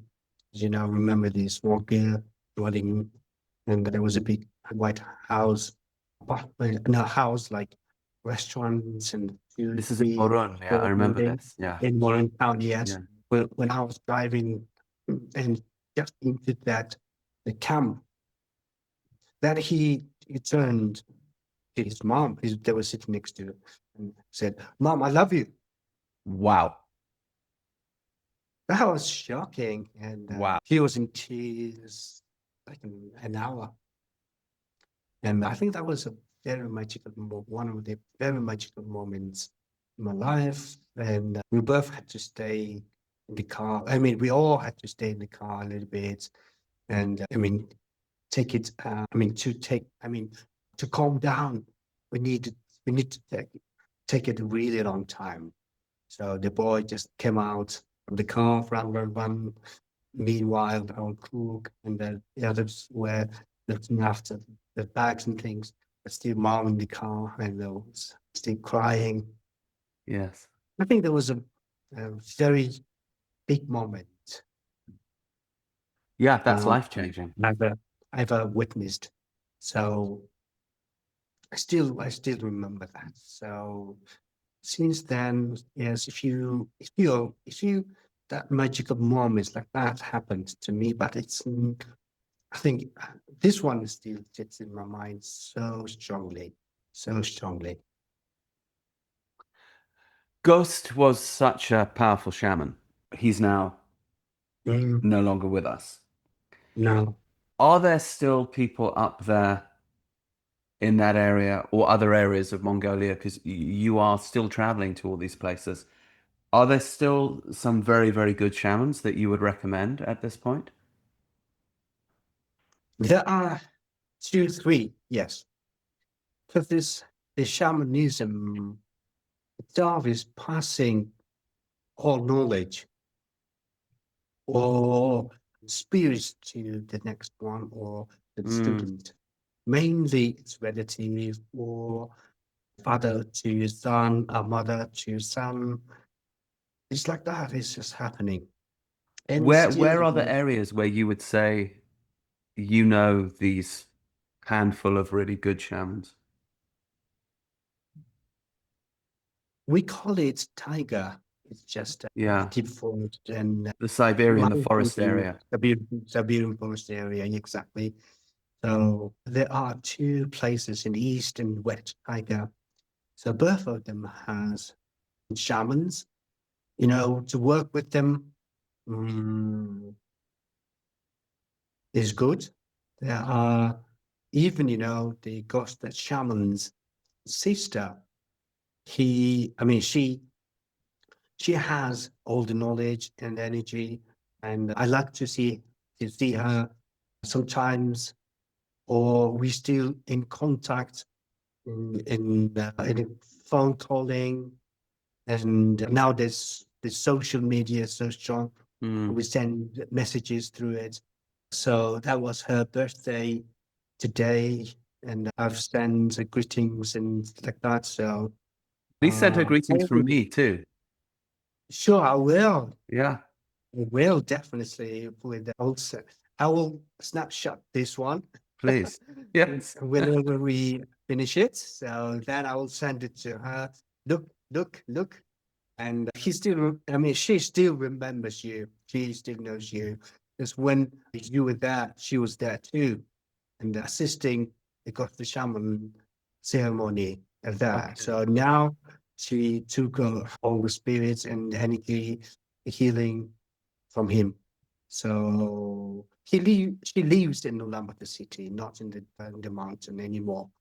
Okay. Kids grown up and she chose to leave it here, to live up here. So yes, I like Is to she see how practicing her one. healing in the city now or up in the taiga? It seems she doesn't receive people, every single people. She rejects people, and she likes to do it both in the mountain and also in the city. Seems, but she would say she can say no. She could refuse, and sometimes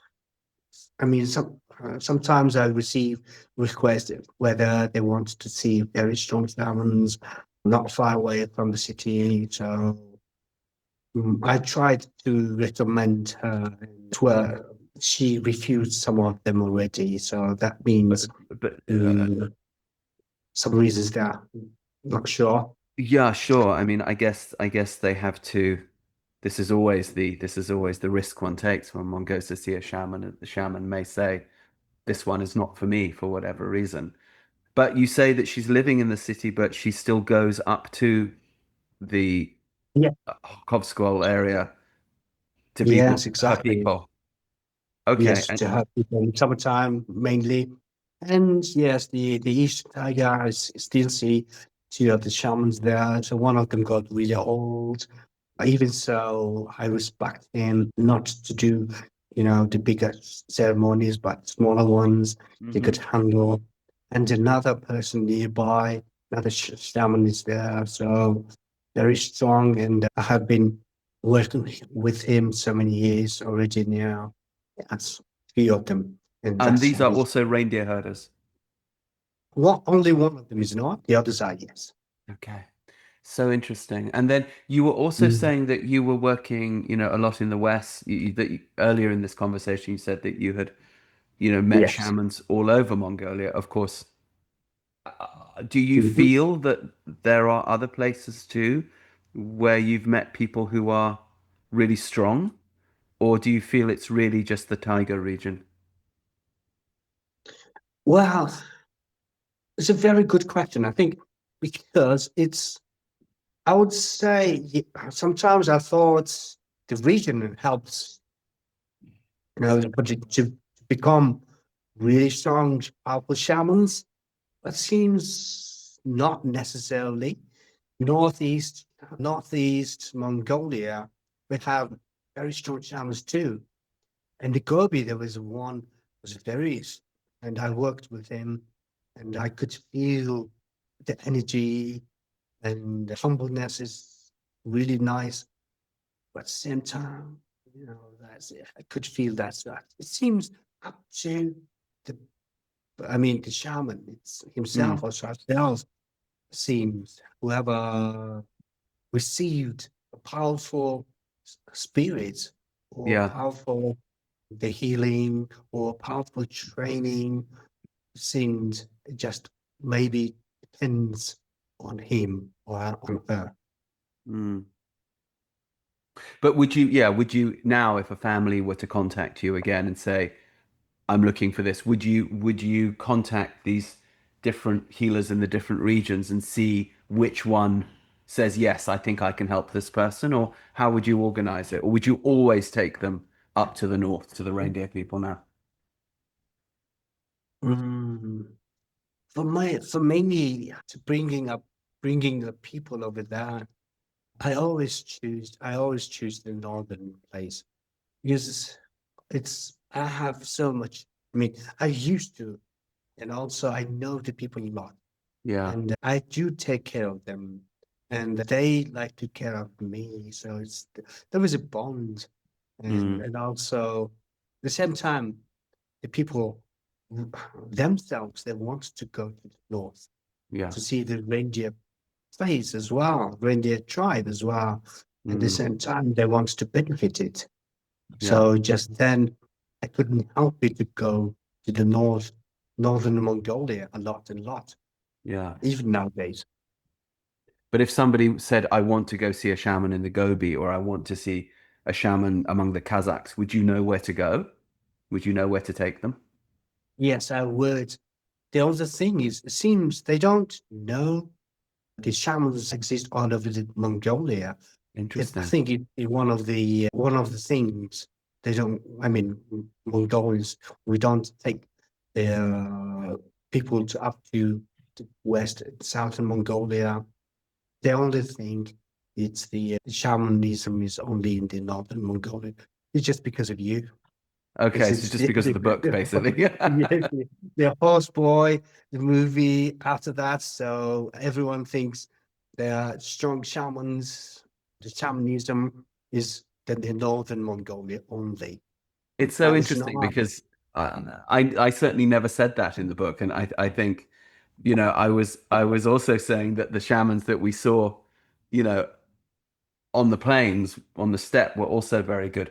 I mean, there is no Mm, question that Ghost was one of the most powerful healers I have ever encountered in my life, and I've known quite a few. And obviously, the reindeer culture is a very, very special culture, very beautiful culture. But yes, it's it's clear that the good healers exist everywhere. And true. Yeah, you never mentioned this. Only the Western, no, Northern Mongolia has shamans, and you want to go there. We did a ceremony in Ulaanbaatar city, yes, 9 shamans, and we've met different healings on the way. yeah, Definitely, I remember all of that. But yes, I think the people got impression from yeah, the book and also the documentary. yeah, Uh, Northern Mongolia has a shamans. yes, Mm, okay, yeah. let's go there. So this is. I think it's the. I don't think we can change that. Yeah, no. And to be Interesting. fair, that the reindeer people do have an extremely effective system of healing. But yes, just for anyone who's watching this or listening to this, Mm, in Mongolia, if you're looking for healing, you can find it in every region. Yeah. And it's more about looking for the right healer for your question, for your dilemma, rather than saying, I must do exactly what Rupert Isaacson did.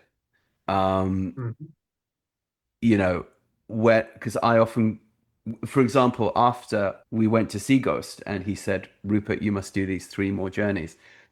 Obviously, when I went to Africa to the Bushmen, I knew exactly where to go and who to go to because I knew those people personally. But when I went to Australia and to the Navajo reservation, I had no idea. So I had to ask people, talk to people, exactly how I started with Mongolia. And little by little, a picture comes together where a certain number of people say, go to this person, go to this place. And yeah. a cert okay, now this is the 5th person who's told me this. What am I feeling in my gut? Okay, I'm feeling that I need to follow this path. So then I found my way to these 2 very good healers, one in the rainforest area of Australia and one in the Navajo reservation, and they were also incredibly effective with Rowan. But Mm, I found out about them through a series of researchers, just like that's how I found Ghost, was through a series of researchers that mm, equally they could have taken me in another direction. yeah. Yeah, and I do think it's good for people to know this, to not just say Hmm. there's only one way. No, there isn't. And the other thing too is that when I came out to Mongolia, by the time I got there, although I was really hopeful and obviously wanting Rowan to move past his suffering, Hmm. I did not want his autism to go away. I was comfortable and happy with his autism. And again, this difference between healing and cure, it's such a an important thing. I was not expecting any kind of immediate result at all. And in fact, I was very ready for nothing to happen. And I asked myself, well, what am I going to do? What am I going to say? What am I going to think? What am I going to feel if I come back from Mongolia and there's no change at all? And I thought, well, sure. But then at least I went and had, or we as a family went and had this incredible adventure because of the autism. Instead of saying, well, we can't go to somewhere like Mongolia because of the autism, say, no, it's the autism that's making us go to this incredible place to meet these incredible people, to have this incredible adventure that perhaps we would never have done except for autism. Therefore, autism is giving us this great gift. Of course, what did happen was the healings that are in the book. And yes, there was this immediate result with Tomo in the first healing, and then a pretty much immediate result after Ghost. And I worried about that after I published the book because I thought, oh shit, people are gonna want that. But at the same time, you have to tell your experience. So it's very interesting to hear you tell that story about the lady from New York saying it's not happening, it's not happening. And then, of course, it happened. But if there's one thing I think which nature teaches one, nature and the mind, it's patience. And, where we started this conversation, when I asked you, well, why are the Mongolian people so kind? Why are they so patient? Where is this forgiveness? Okay, there's the Buddhist aspect, but you also talked about nature. You said we have these huge extremes of temperature. You have to wait for conditions to be right. There is no choice. It's bigger than you. And I do feel that probably everybody that you've taken on these healing journeys has probably come back with something of that quality in them. And I do feel that that's a gift that Mongolia gives, is this gift of just learning how to cool out a little bit. And if you think about those long, long, long hours and days that we spent together just traveling through to get to these places, those each step across the steppe, each turn of the wheel, each placement of the horse's hooves was its own beautiful moment. I remember so many moments that were just traveling with all of us together that were so beautiful that were never talked about in the book because you only have a certain amount of pages that one has to get to the action. Do you I guess this is a real gift that you can give people in the work that you do. Just remembering, how it seems, I'm remembering the whole trip, the how we were in the car. You described, the leopard skin car and the pink curtain, and there's, I think people still talk about it. Now that Russian minivan, a minivan is just a The huge Pimp big Mobile. symbol for Koreans. They want to ride that car when they come to Mongolia. It's just, and also some people particularly choose that van to ride, to drive. Yeah. So interesting, so interesting. It's always, when you bring up the Rowan and when you talk about the Rowan and Rowan, and even in Mongolia, I mean, there's a lot of people in Mongolia when they see me and they remembers the Horse Boy movie and their story, and they always ask, "Is hey Tulga, how's Rowan?"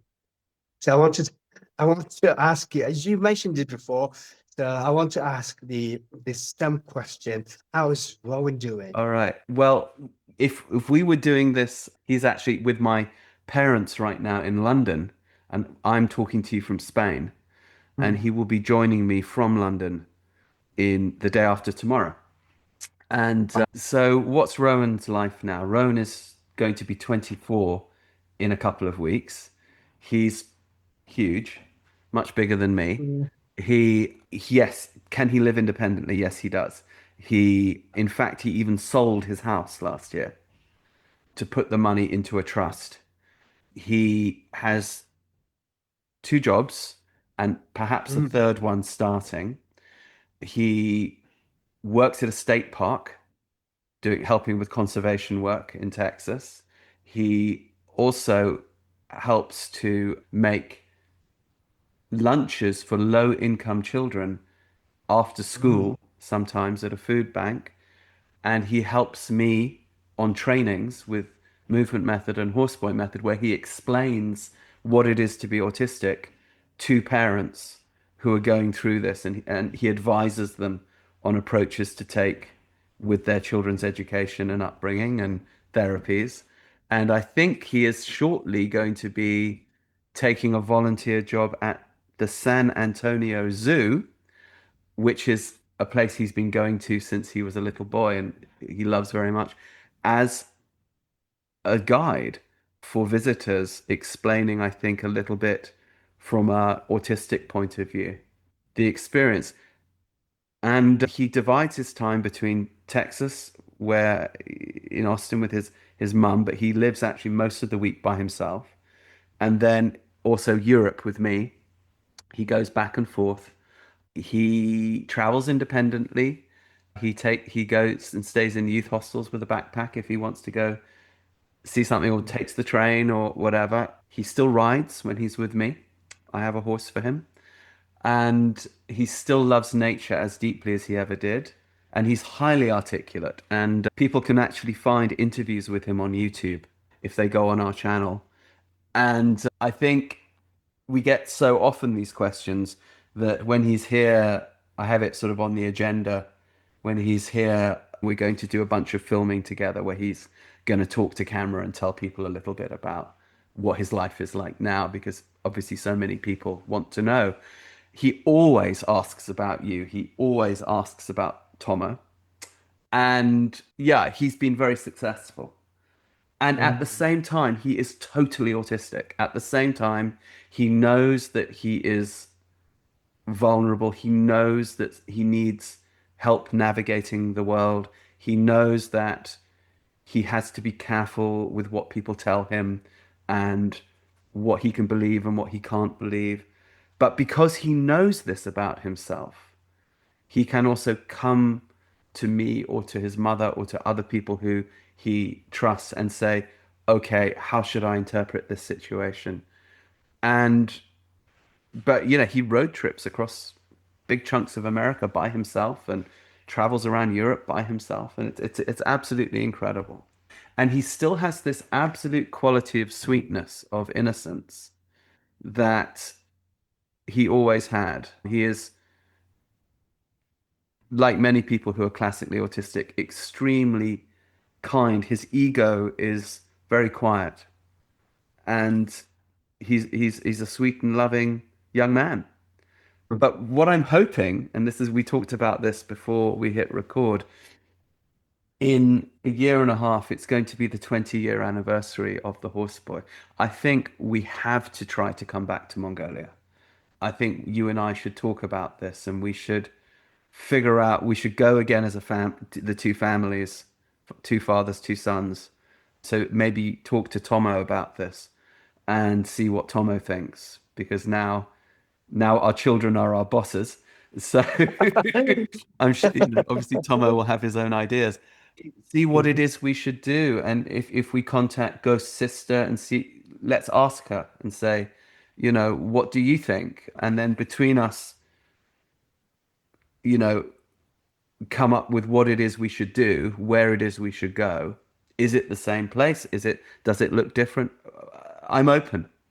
I think I think we should absolutely consult with Ghost Sister, see what she thinks the spirit world is saying, and take it from there. Wow. Wow. What information. Yes. I'm really happy with making it, the 20th anniversary. Soon it's coming, 2027, I think. So by the time the boys were riding with the same saddles, the Rowan was riding with you and the Tomo was riding with me. I don't think we could do that again. Same saddle. No, they cannot fit. No. No, maybe we take camels, then we can each take one hump. Oh, Yeah, that is an idea.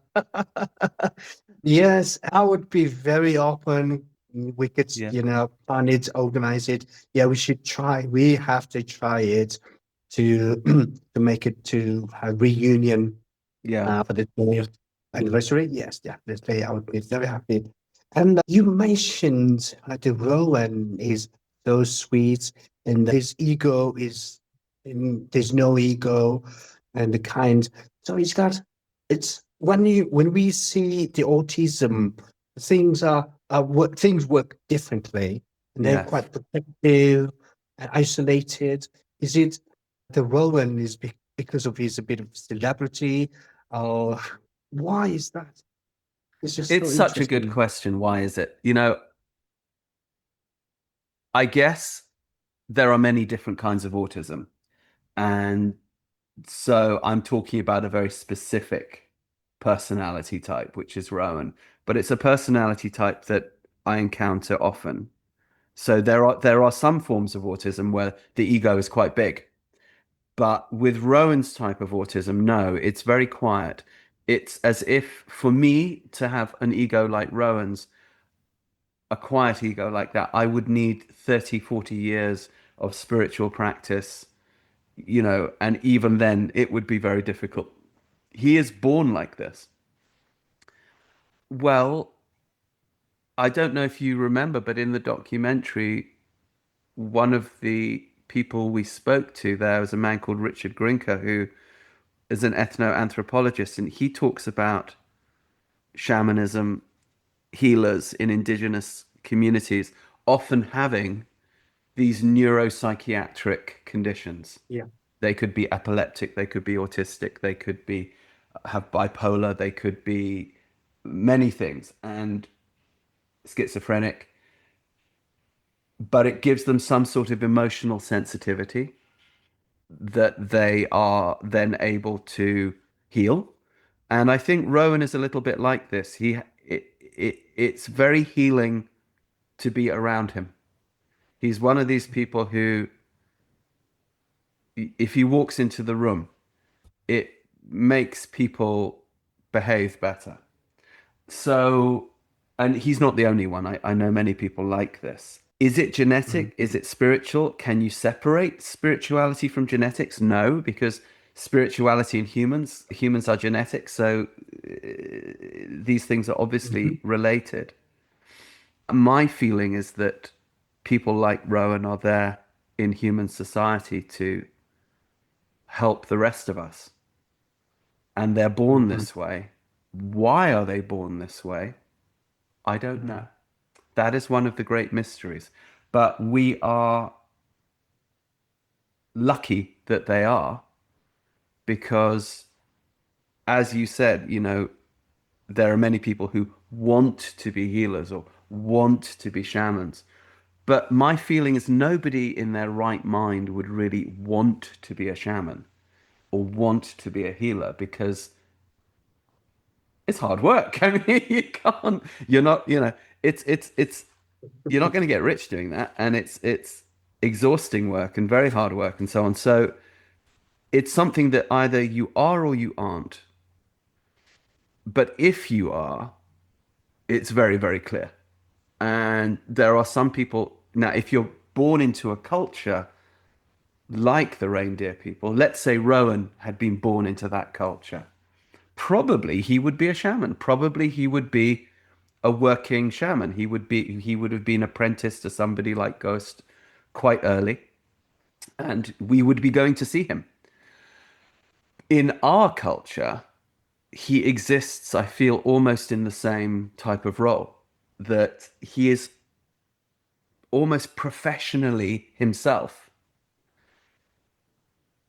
as a Mhm. way of bringing healing to other people and understanding.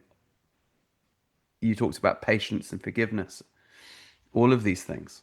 So clearly, in human culture, we need this population of people to stop us from becoming Genghis Khan and turn us into Ghost, hopefully, or something in between Genghis Khan and Ghost. Enough Genghis Khan to make sure the Russians and the Chinese don't take all of your mineral resources and Mhm.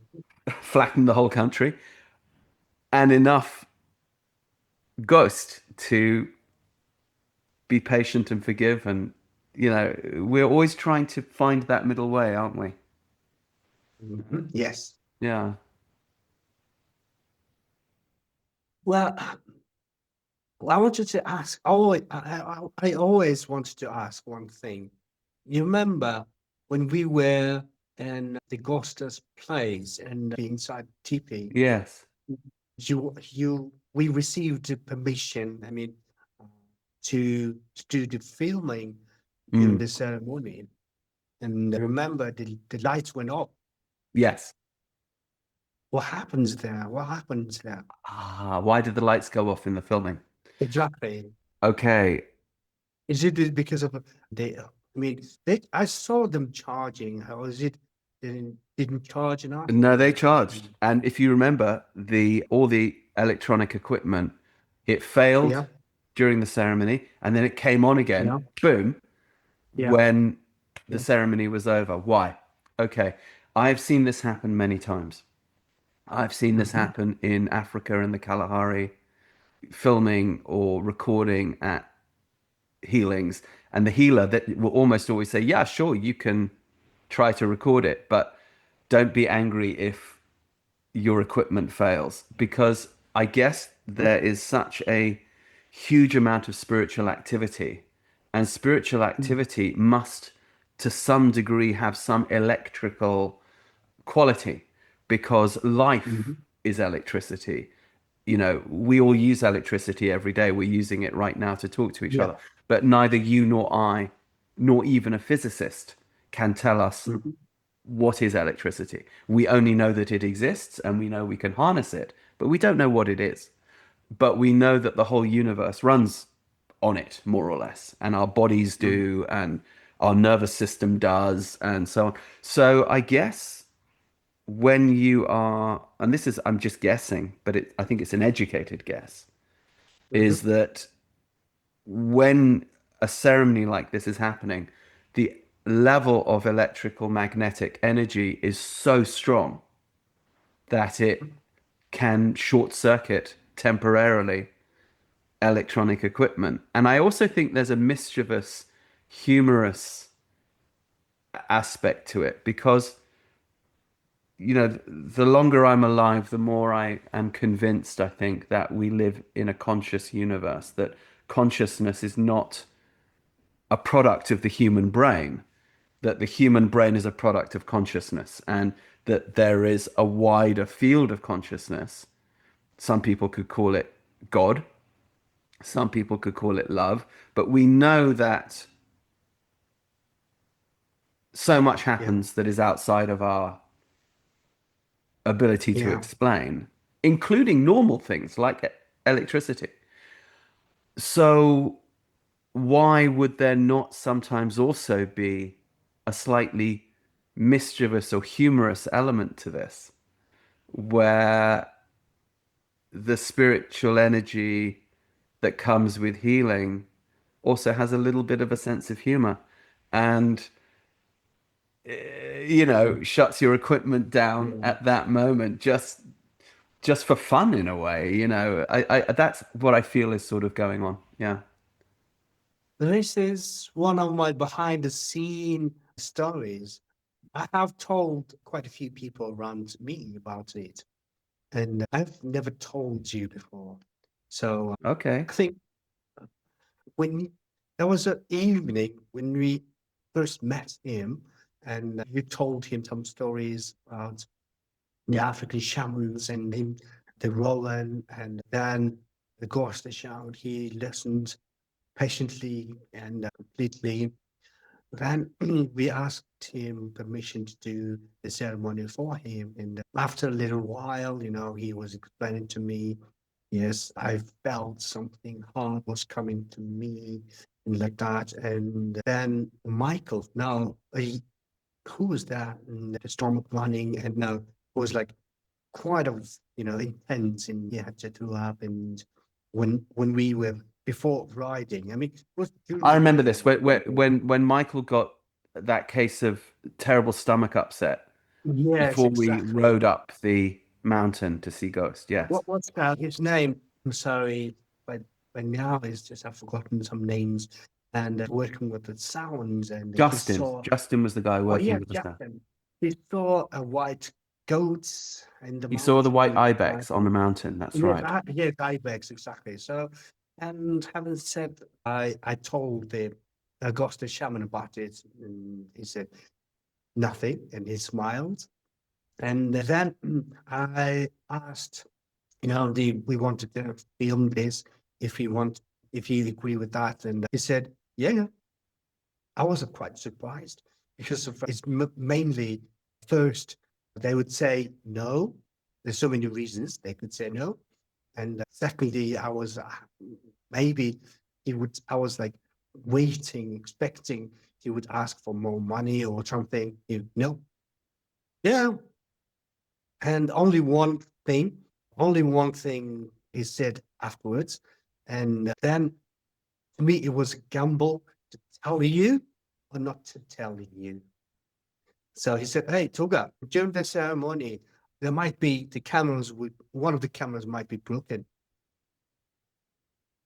What broken? Yeah, completely. I was like, what? Because it's one of my first few manic ceremonies, and I didn't know him so much, and whether he was, threatening me or not was kind of, the feeling I had, and I kind of bait to tell you or not. if, the cameras would not break, so what would happen? So I, I, I I had, that is thinking a lot, and decided not to tell you. Because you're saying that he warned you before the ceremony that this might happen. Yes, he Oh yeah, exactly. but He I was warned ready me. for it. I was so not surprised because I had been in this Mhm. situation before. Yeah, Exactly, yeah, exactly. So because of very first few experiences, and I never seen this kind of failure, or things would happen. So I didn't believe it. I mean, for myself, I right. didn't really believe it. So I was really, you know, not sure to tell you. So Oh now yeah, this is one of my behind the scenes stories. it's So then it happens. Then the light went off. So after the ceremony, he he came up to me and said, "Hey, Tulga, did not tell you this. So the cameras were expensive. I only played with the light. yeah, It, they were bothering me." yeah. Yeah. That's funny. Yes, I think he was hilarious, and also he likes to joke. So Absolutely. so yes, then I didn't tell you from the first place. So then after that, and if I tell you this, you wouldn't believe it. So by the time I thought this is why my question. So then things went on, and so much of that. So I completely forgotten by the time when you left. I I I asked a few other shamans about it, and I Yeah. told the story, and then I realized, oh yes, this thing happened. This thing happened. Yes. And another story, maybe just a little bit funny, or maybe it related with the vodka thing. Mm. So we do you remember that Oh we yes. bought a very good bottle of vodka from Ulaanbaatar city only for him. And then because of, we were riding horses, and all of a sudden Michael's they not feeling healthy. Yeah. Then that evening we had a nice campfire going near the river. It's Yeah. beautiful. Yes. So we start drinking. Then all of a sudden we finished that one. Yeah. And then I had to send one of our horse guides to get another one, but he came back with a very cheap local one. Uh-huh. And I thought, oh, it's just better than nothing. And I came up, and since you left, and I gave it to him,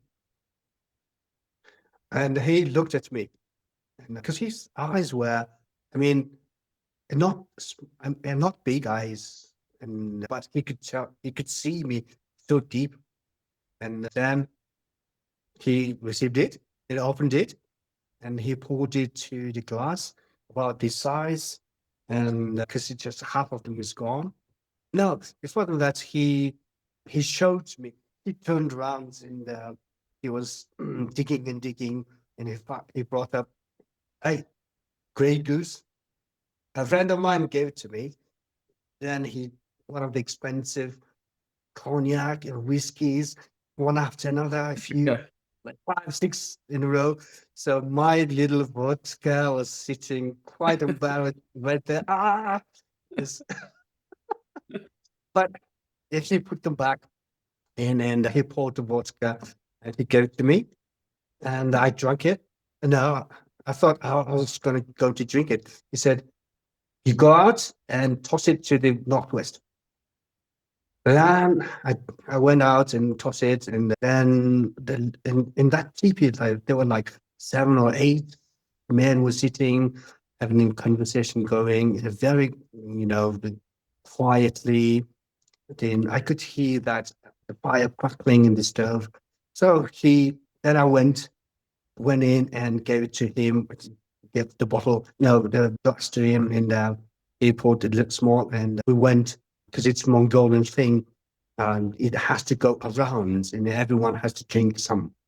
And because 7 or 8 people, I thought only a few, the small bits would come to me, and yes, it did, and I drank it, and he carried on. It came to me like second time, third time. I was like, what? Because it's just a small, tiny little bit. I mean, half, less than a half is in the bottle. Then this very small amounts should be, because it's 8 people, should have been gone like before me. So then, no, it just went 3 times around. Then I was quite drunk. I was really, we didn't drink after that. So I was quite drunk. I was like, couldn't, go straight. And there was, some streams. I, I dipped my feet in there 3 times. And the next day, he came. Next morning, he visited us with Handa, the sister, and her son. And how are you feeling this morning? He smiled, and I never paid attention. After I told one of the shamans, so many years after, like 10, 15 years later, I told this story to one of my shaman friends, and he said, so he tasted you. What? So did I pass? Have I passed or not? So then he answered, so what happens afterwards? So we did our ceremony. So there you go. So this was, she tested me before you. I never had this, I never had a clue even. So that was so interesting. That was the night before we did the ceremonies. Exactly, nice Yes, before. yeah. Just go back to when the white ibex on the mountain, when you asked Okay, him, yes. what did he say to you again? Because I slightly missed that. You asked him, was that you? Yes, because I was imagining it was him. And he said nothing. Yeah. He smiled. And oh yes, the heart was coming and I felt it. So that was it. So I said, yeah, this happened and that happens. The white goats, the ibex, yeah, and he smiled. That's it. Yes. He never mentioned anything I else. I remember what he said to me when I asked him, because I had to ask him. He looked at me and he just said, anything can happen on that mountain. You know, and this quality of mischief, every Yes. really good healer I've ever known has done Mm, exactly this. They always test you. But the testing is done kindly. It's not done meanly or maliciously. Like I said, yeah. like you just said, Okay. testing you with that vodka, that magically the vodka just doesn't go down and doesn't go down, and then suddenly there you are drunk.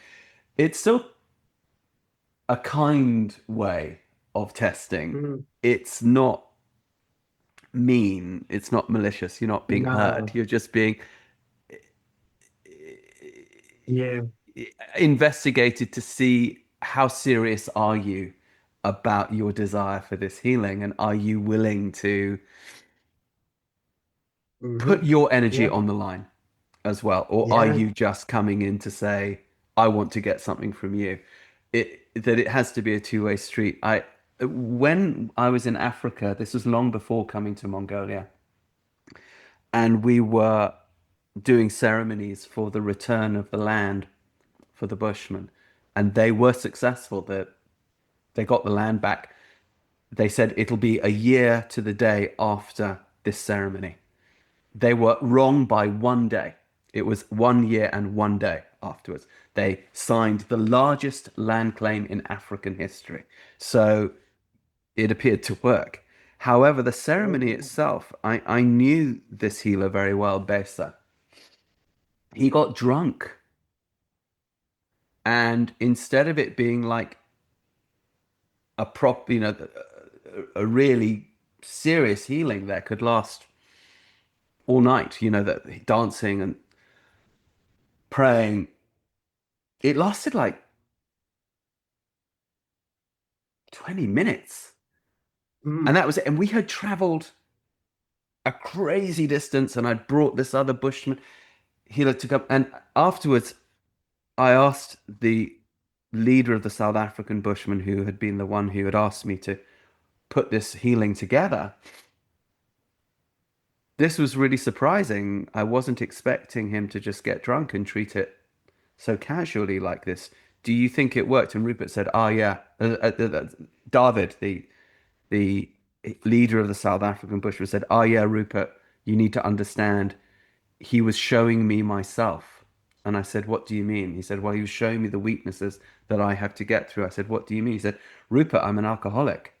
This is what David the Bushman said. He said, what Besa was showing me, he gave me a mirror and said, if you continue like this, you will not make, no, you will not get the land claim. You're going to have to get over this at least for the next year to Mhm. see this process through. And that's what this healing was all about, Rupert. And I said, oh, okay. And he said, yeah, no, this is very powerful. And he said that, and then he said, yes, a year from today, I'm going to sit down with the president of South Africa and sign the land claim, which was by no means a certainty. Well, like I Mm. say, he was off by one day. So this process of testing and mischief and humor, it so much seems to be a part of how the natural world operates. And what is shamanism but the natural world? Yeah, People say it's supernatural. Well, it might be, but it's still natural.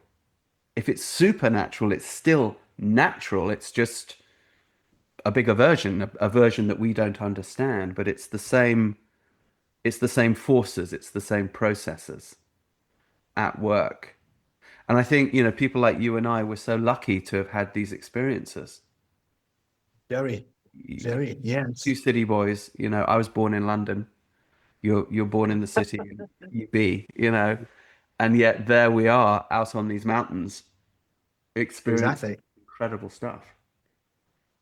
Well, yes, since you and your family came to Mongolia, and quite a few families really wanted to do that very same journey, very same people, very same shamans, and I mean, two, three families never in contact with back, but most of them we were in contact, and some of them still in contact, and where we are sharing what we're doing, how is it Yeah. going, and like that. And one of the families from Chicago, and there was a 16-year-old boy, and he was growing taller because of his father was really tall, and the sisters were taller, and he was growing much tall, and also because of his fitness, he was growing up as well. He's growing bigger as well, and there was a big worry about when he's in tantrum. It looked quite violent, and it seems they were, trying to do anything to stop his growth. Seemed like that. Okay. And after Mongolia, well, we did, quite a lot of, days of horse riding and walking in the big steppe in the nature. Seems, you know, things were okay with him. And because he's 16-year-old, he's quite, mature himself, but at the same time, he's still very dependent on the family, sisters, mother, and father. And they want him very independent. But, even with walking, he wants to touch somebody or hold somebody to, to walk. This is quite norm for autism. So, but you know, they wanted to him very independent by himself. But after Mongolia, he joined his college basketball team, and they traveled.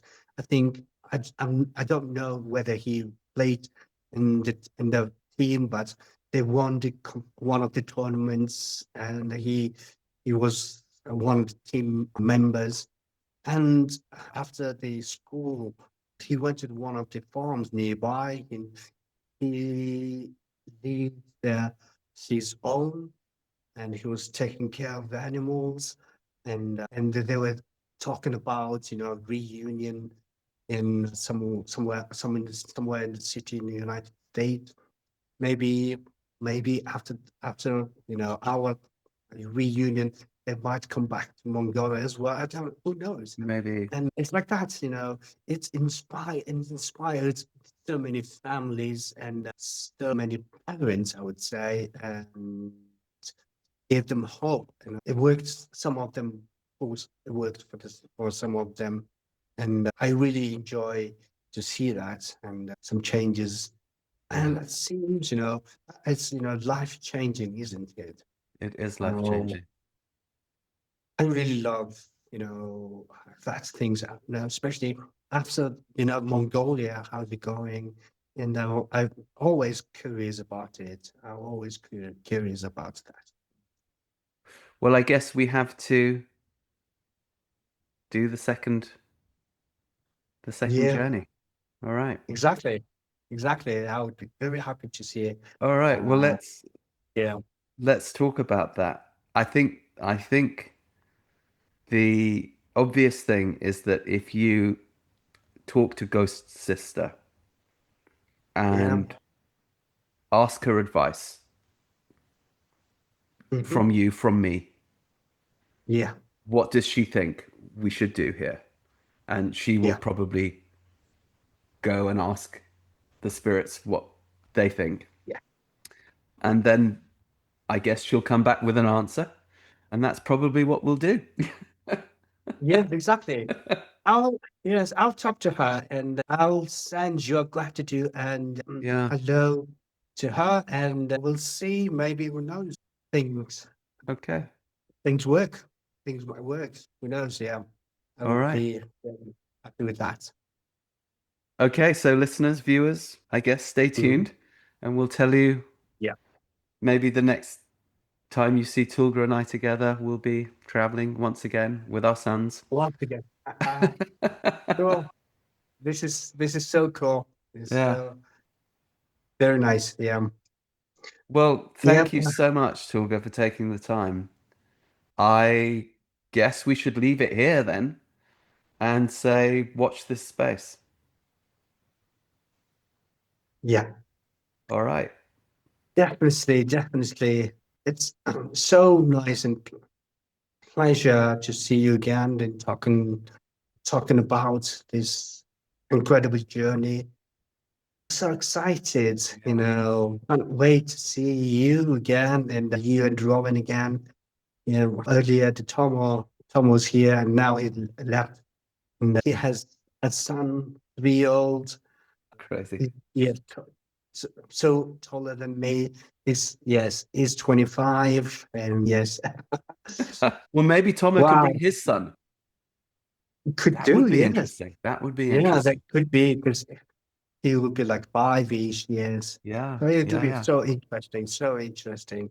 And yes, once again, the horseboy story has inspired so many families, not even, outside of Mongolia, inside of Mongolia too. So much of, change, so much of knowledge, in Mongolia. Mm. The people were inspired a lot, a lot, and a lot. So Wow. I'm so proud and glad being a part of this story and so humble too. Once again, thank you. All right, my It's been friend. Well, amazing. thank you from the heart. Yeah, I will be in touch. We will make it happen. yeah. All right. All right. Yes, it's been so wow. We started only 5 east, and now it's 3 hours already. So Yeah. okay. Cool. So many stories can So much. share. I mean, there are a lot of stories. I still have it, behind the scenes stories. Well, maybe we do another podcast with just behind the scenes stories. Yeah, let's do it. Cool. Yes, that would be Okay. amazing. That would be amazing. I should probably give you uh, on another call a sort of an update of Mhm. exactly how this work has developed. But yeah, it's All right. it's Yeah. yeah. I it from that mountain or that first day outside Ulaanbaatar to now, I think it's in the hundreds of thousands of families that have been helped one way or another. But I don't take personal credit for that. I honestly do think that the credit lies with Ghoster and the other shamans. So they were the ones who kicked this off. So please do tell his sister how grateful I am. Yes, I will. I will. All We will right, be my in touch and friends. keep talking. Yes, keep talking. All right. All It right, feels my so friend. nice. All right. Okay. Okay. Bye-bye. Bye-bye. I hope you enjoyed today's conversation as much as I did. If you did, please help us to make more. Please like, subscribe, tell a friend, give us a thumbs up. If you'd like to support us on Patreon, please go to my website, rupertisaacson.com. And if you'd like to find out about our certification courses with autism, education, horsemanship, everyday shamanism, there's a whole range of cool stuff. Putting a show together like this is not an easy task. If you'd like to support us, please consider going to our Patreon page and showing us some love there. Even the smallest donation, it really helps us to keep the good content coming. So go to rupertisaacson.com and click on the Patreon link. Not to mention our excellent merch. Please go to our shop and check out some of our really cool rock and roll themed merch, t-shirts, hoodies, all that sort of thing. rupertisaacson.com, it's all there. I can't wait for our next guest and also to meet you there. In the meantime, remember, live free, ride free.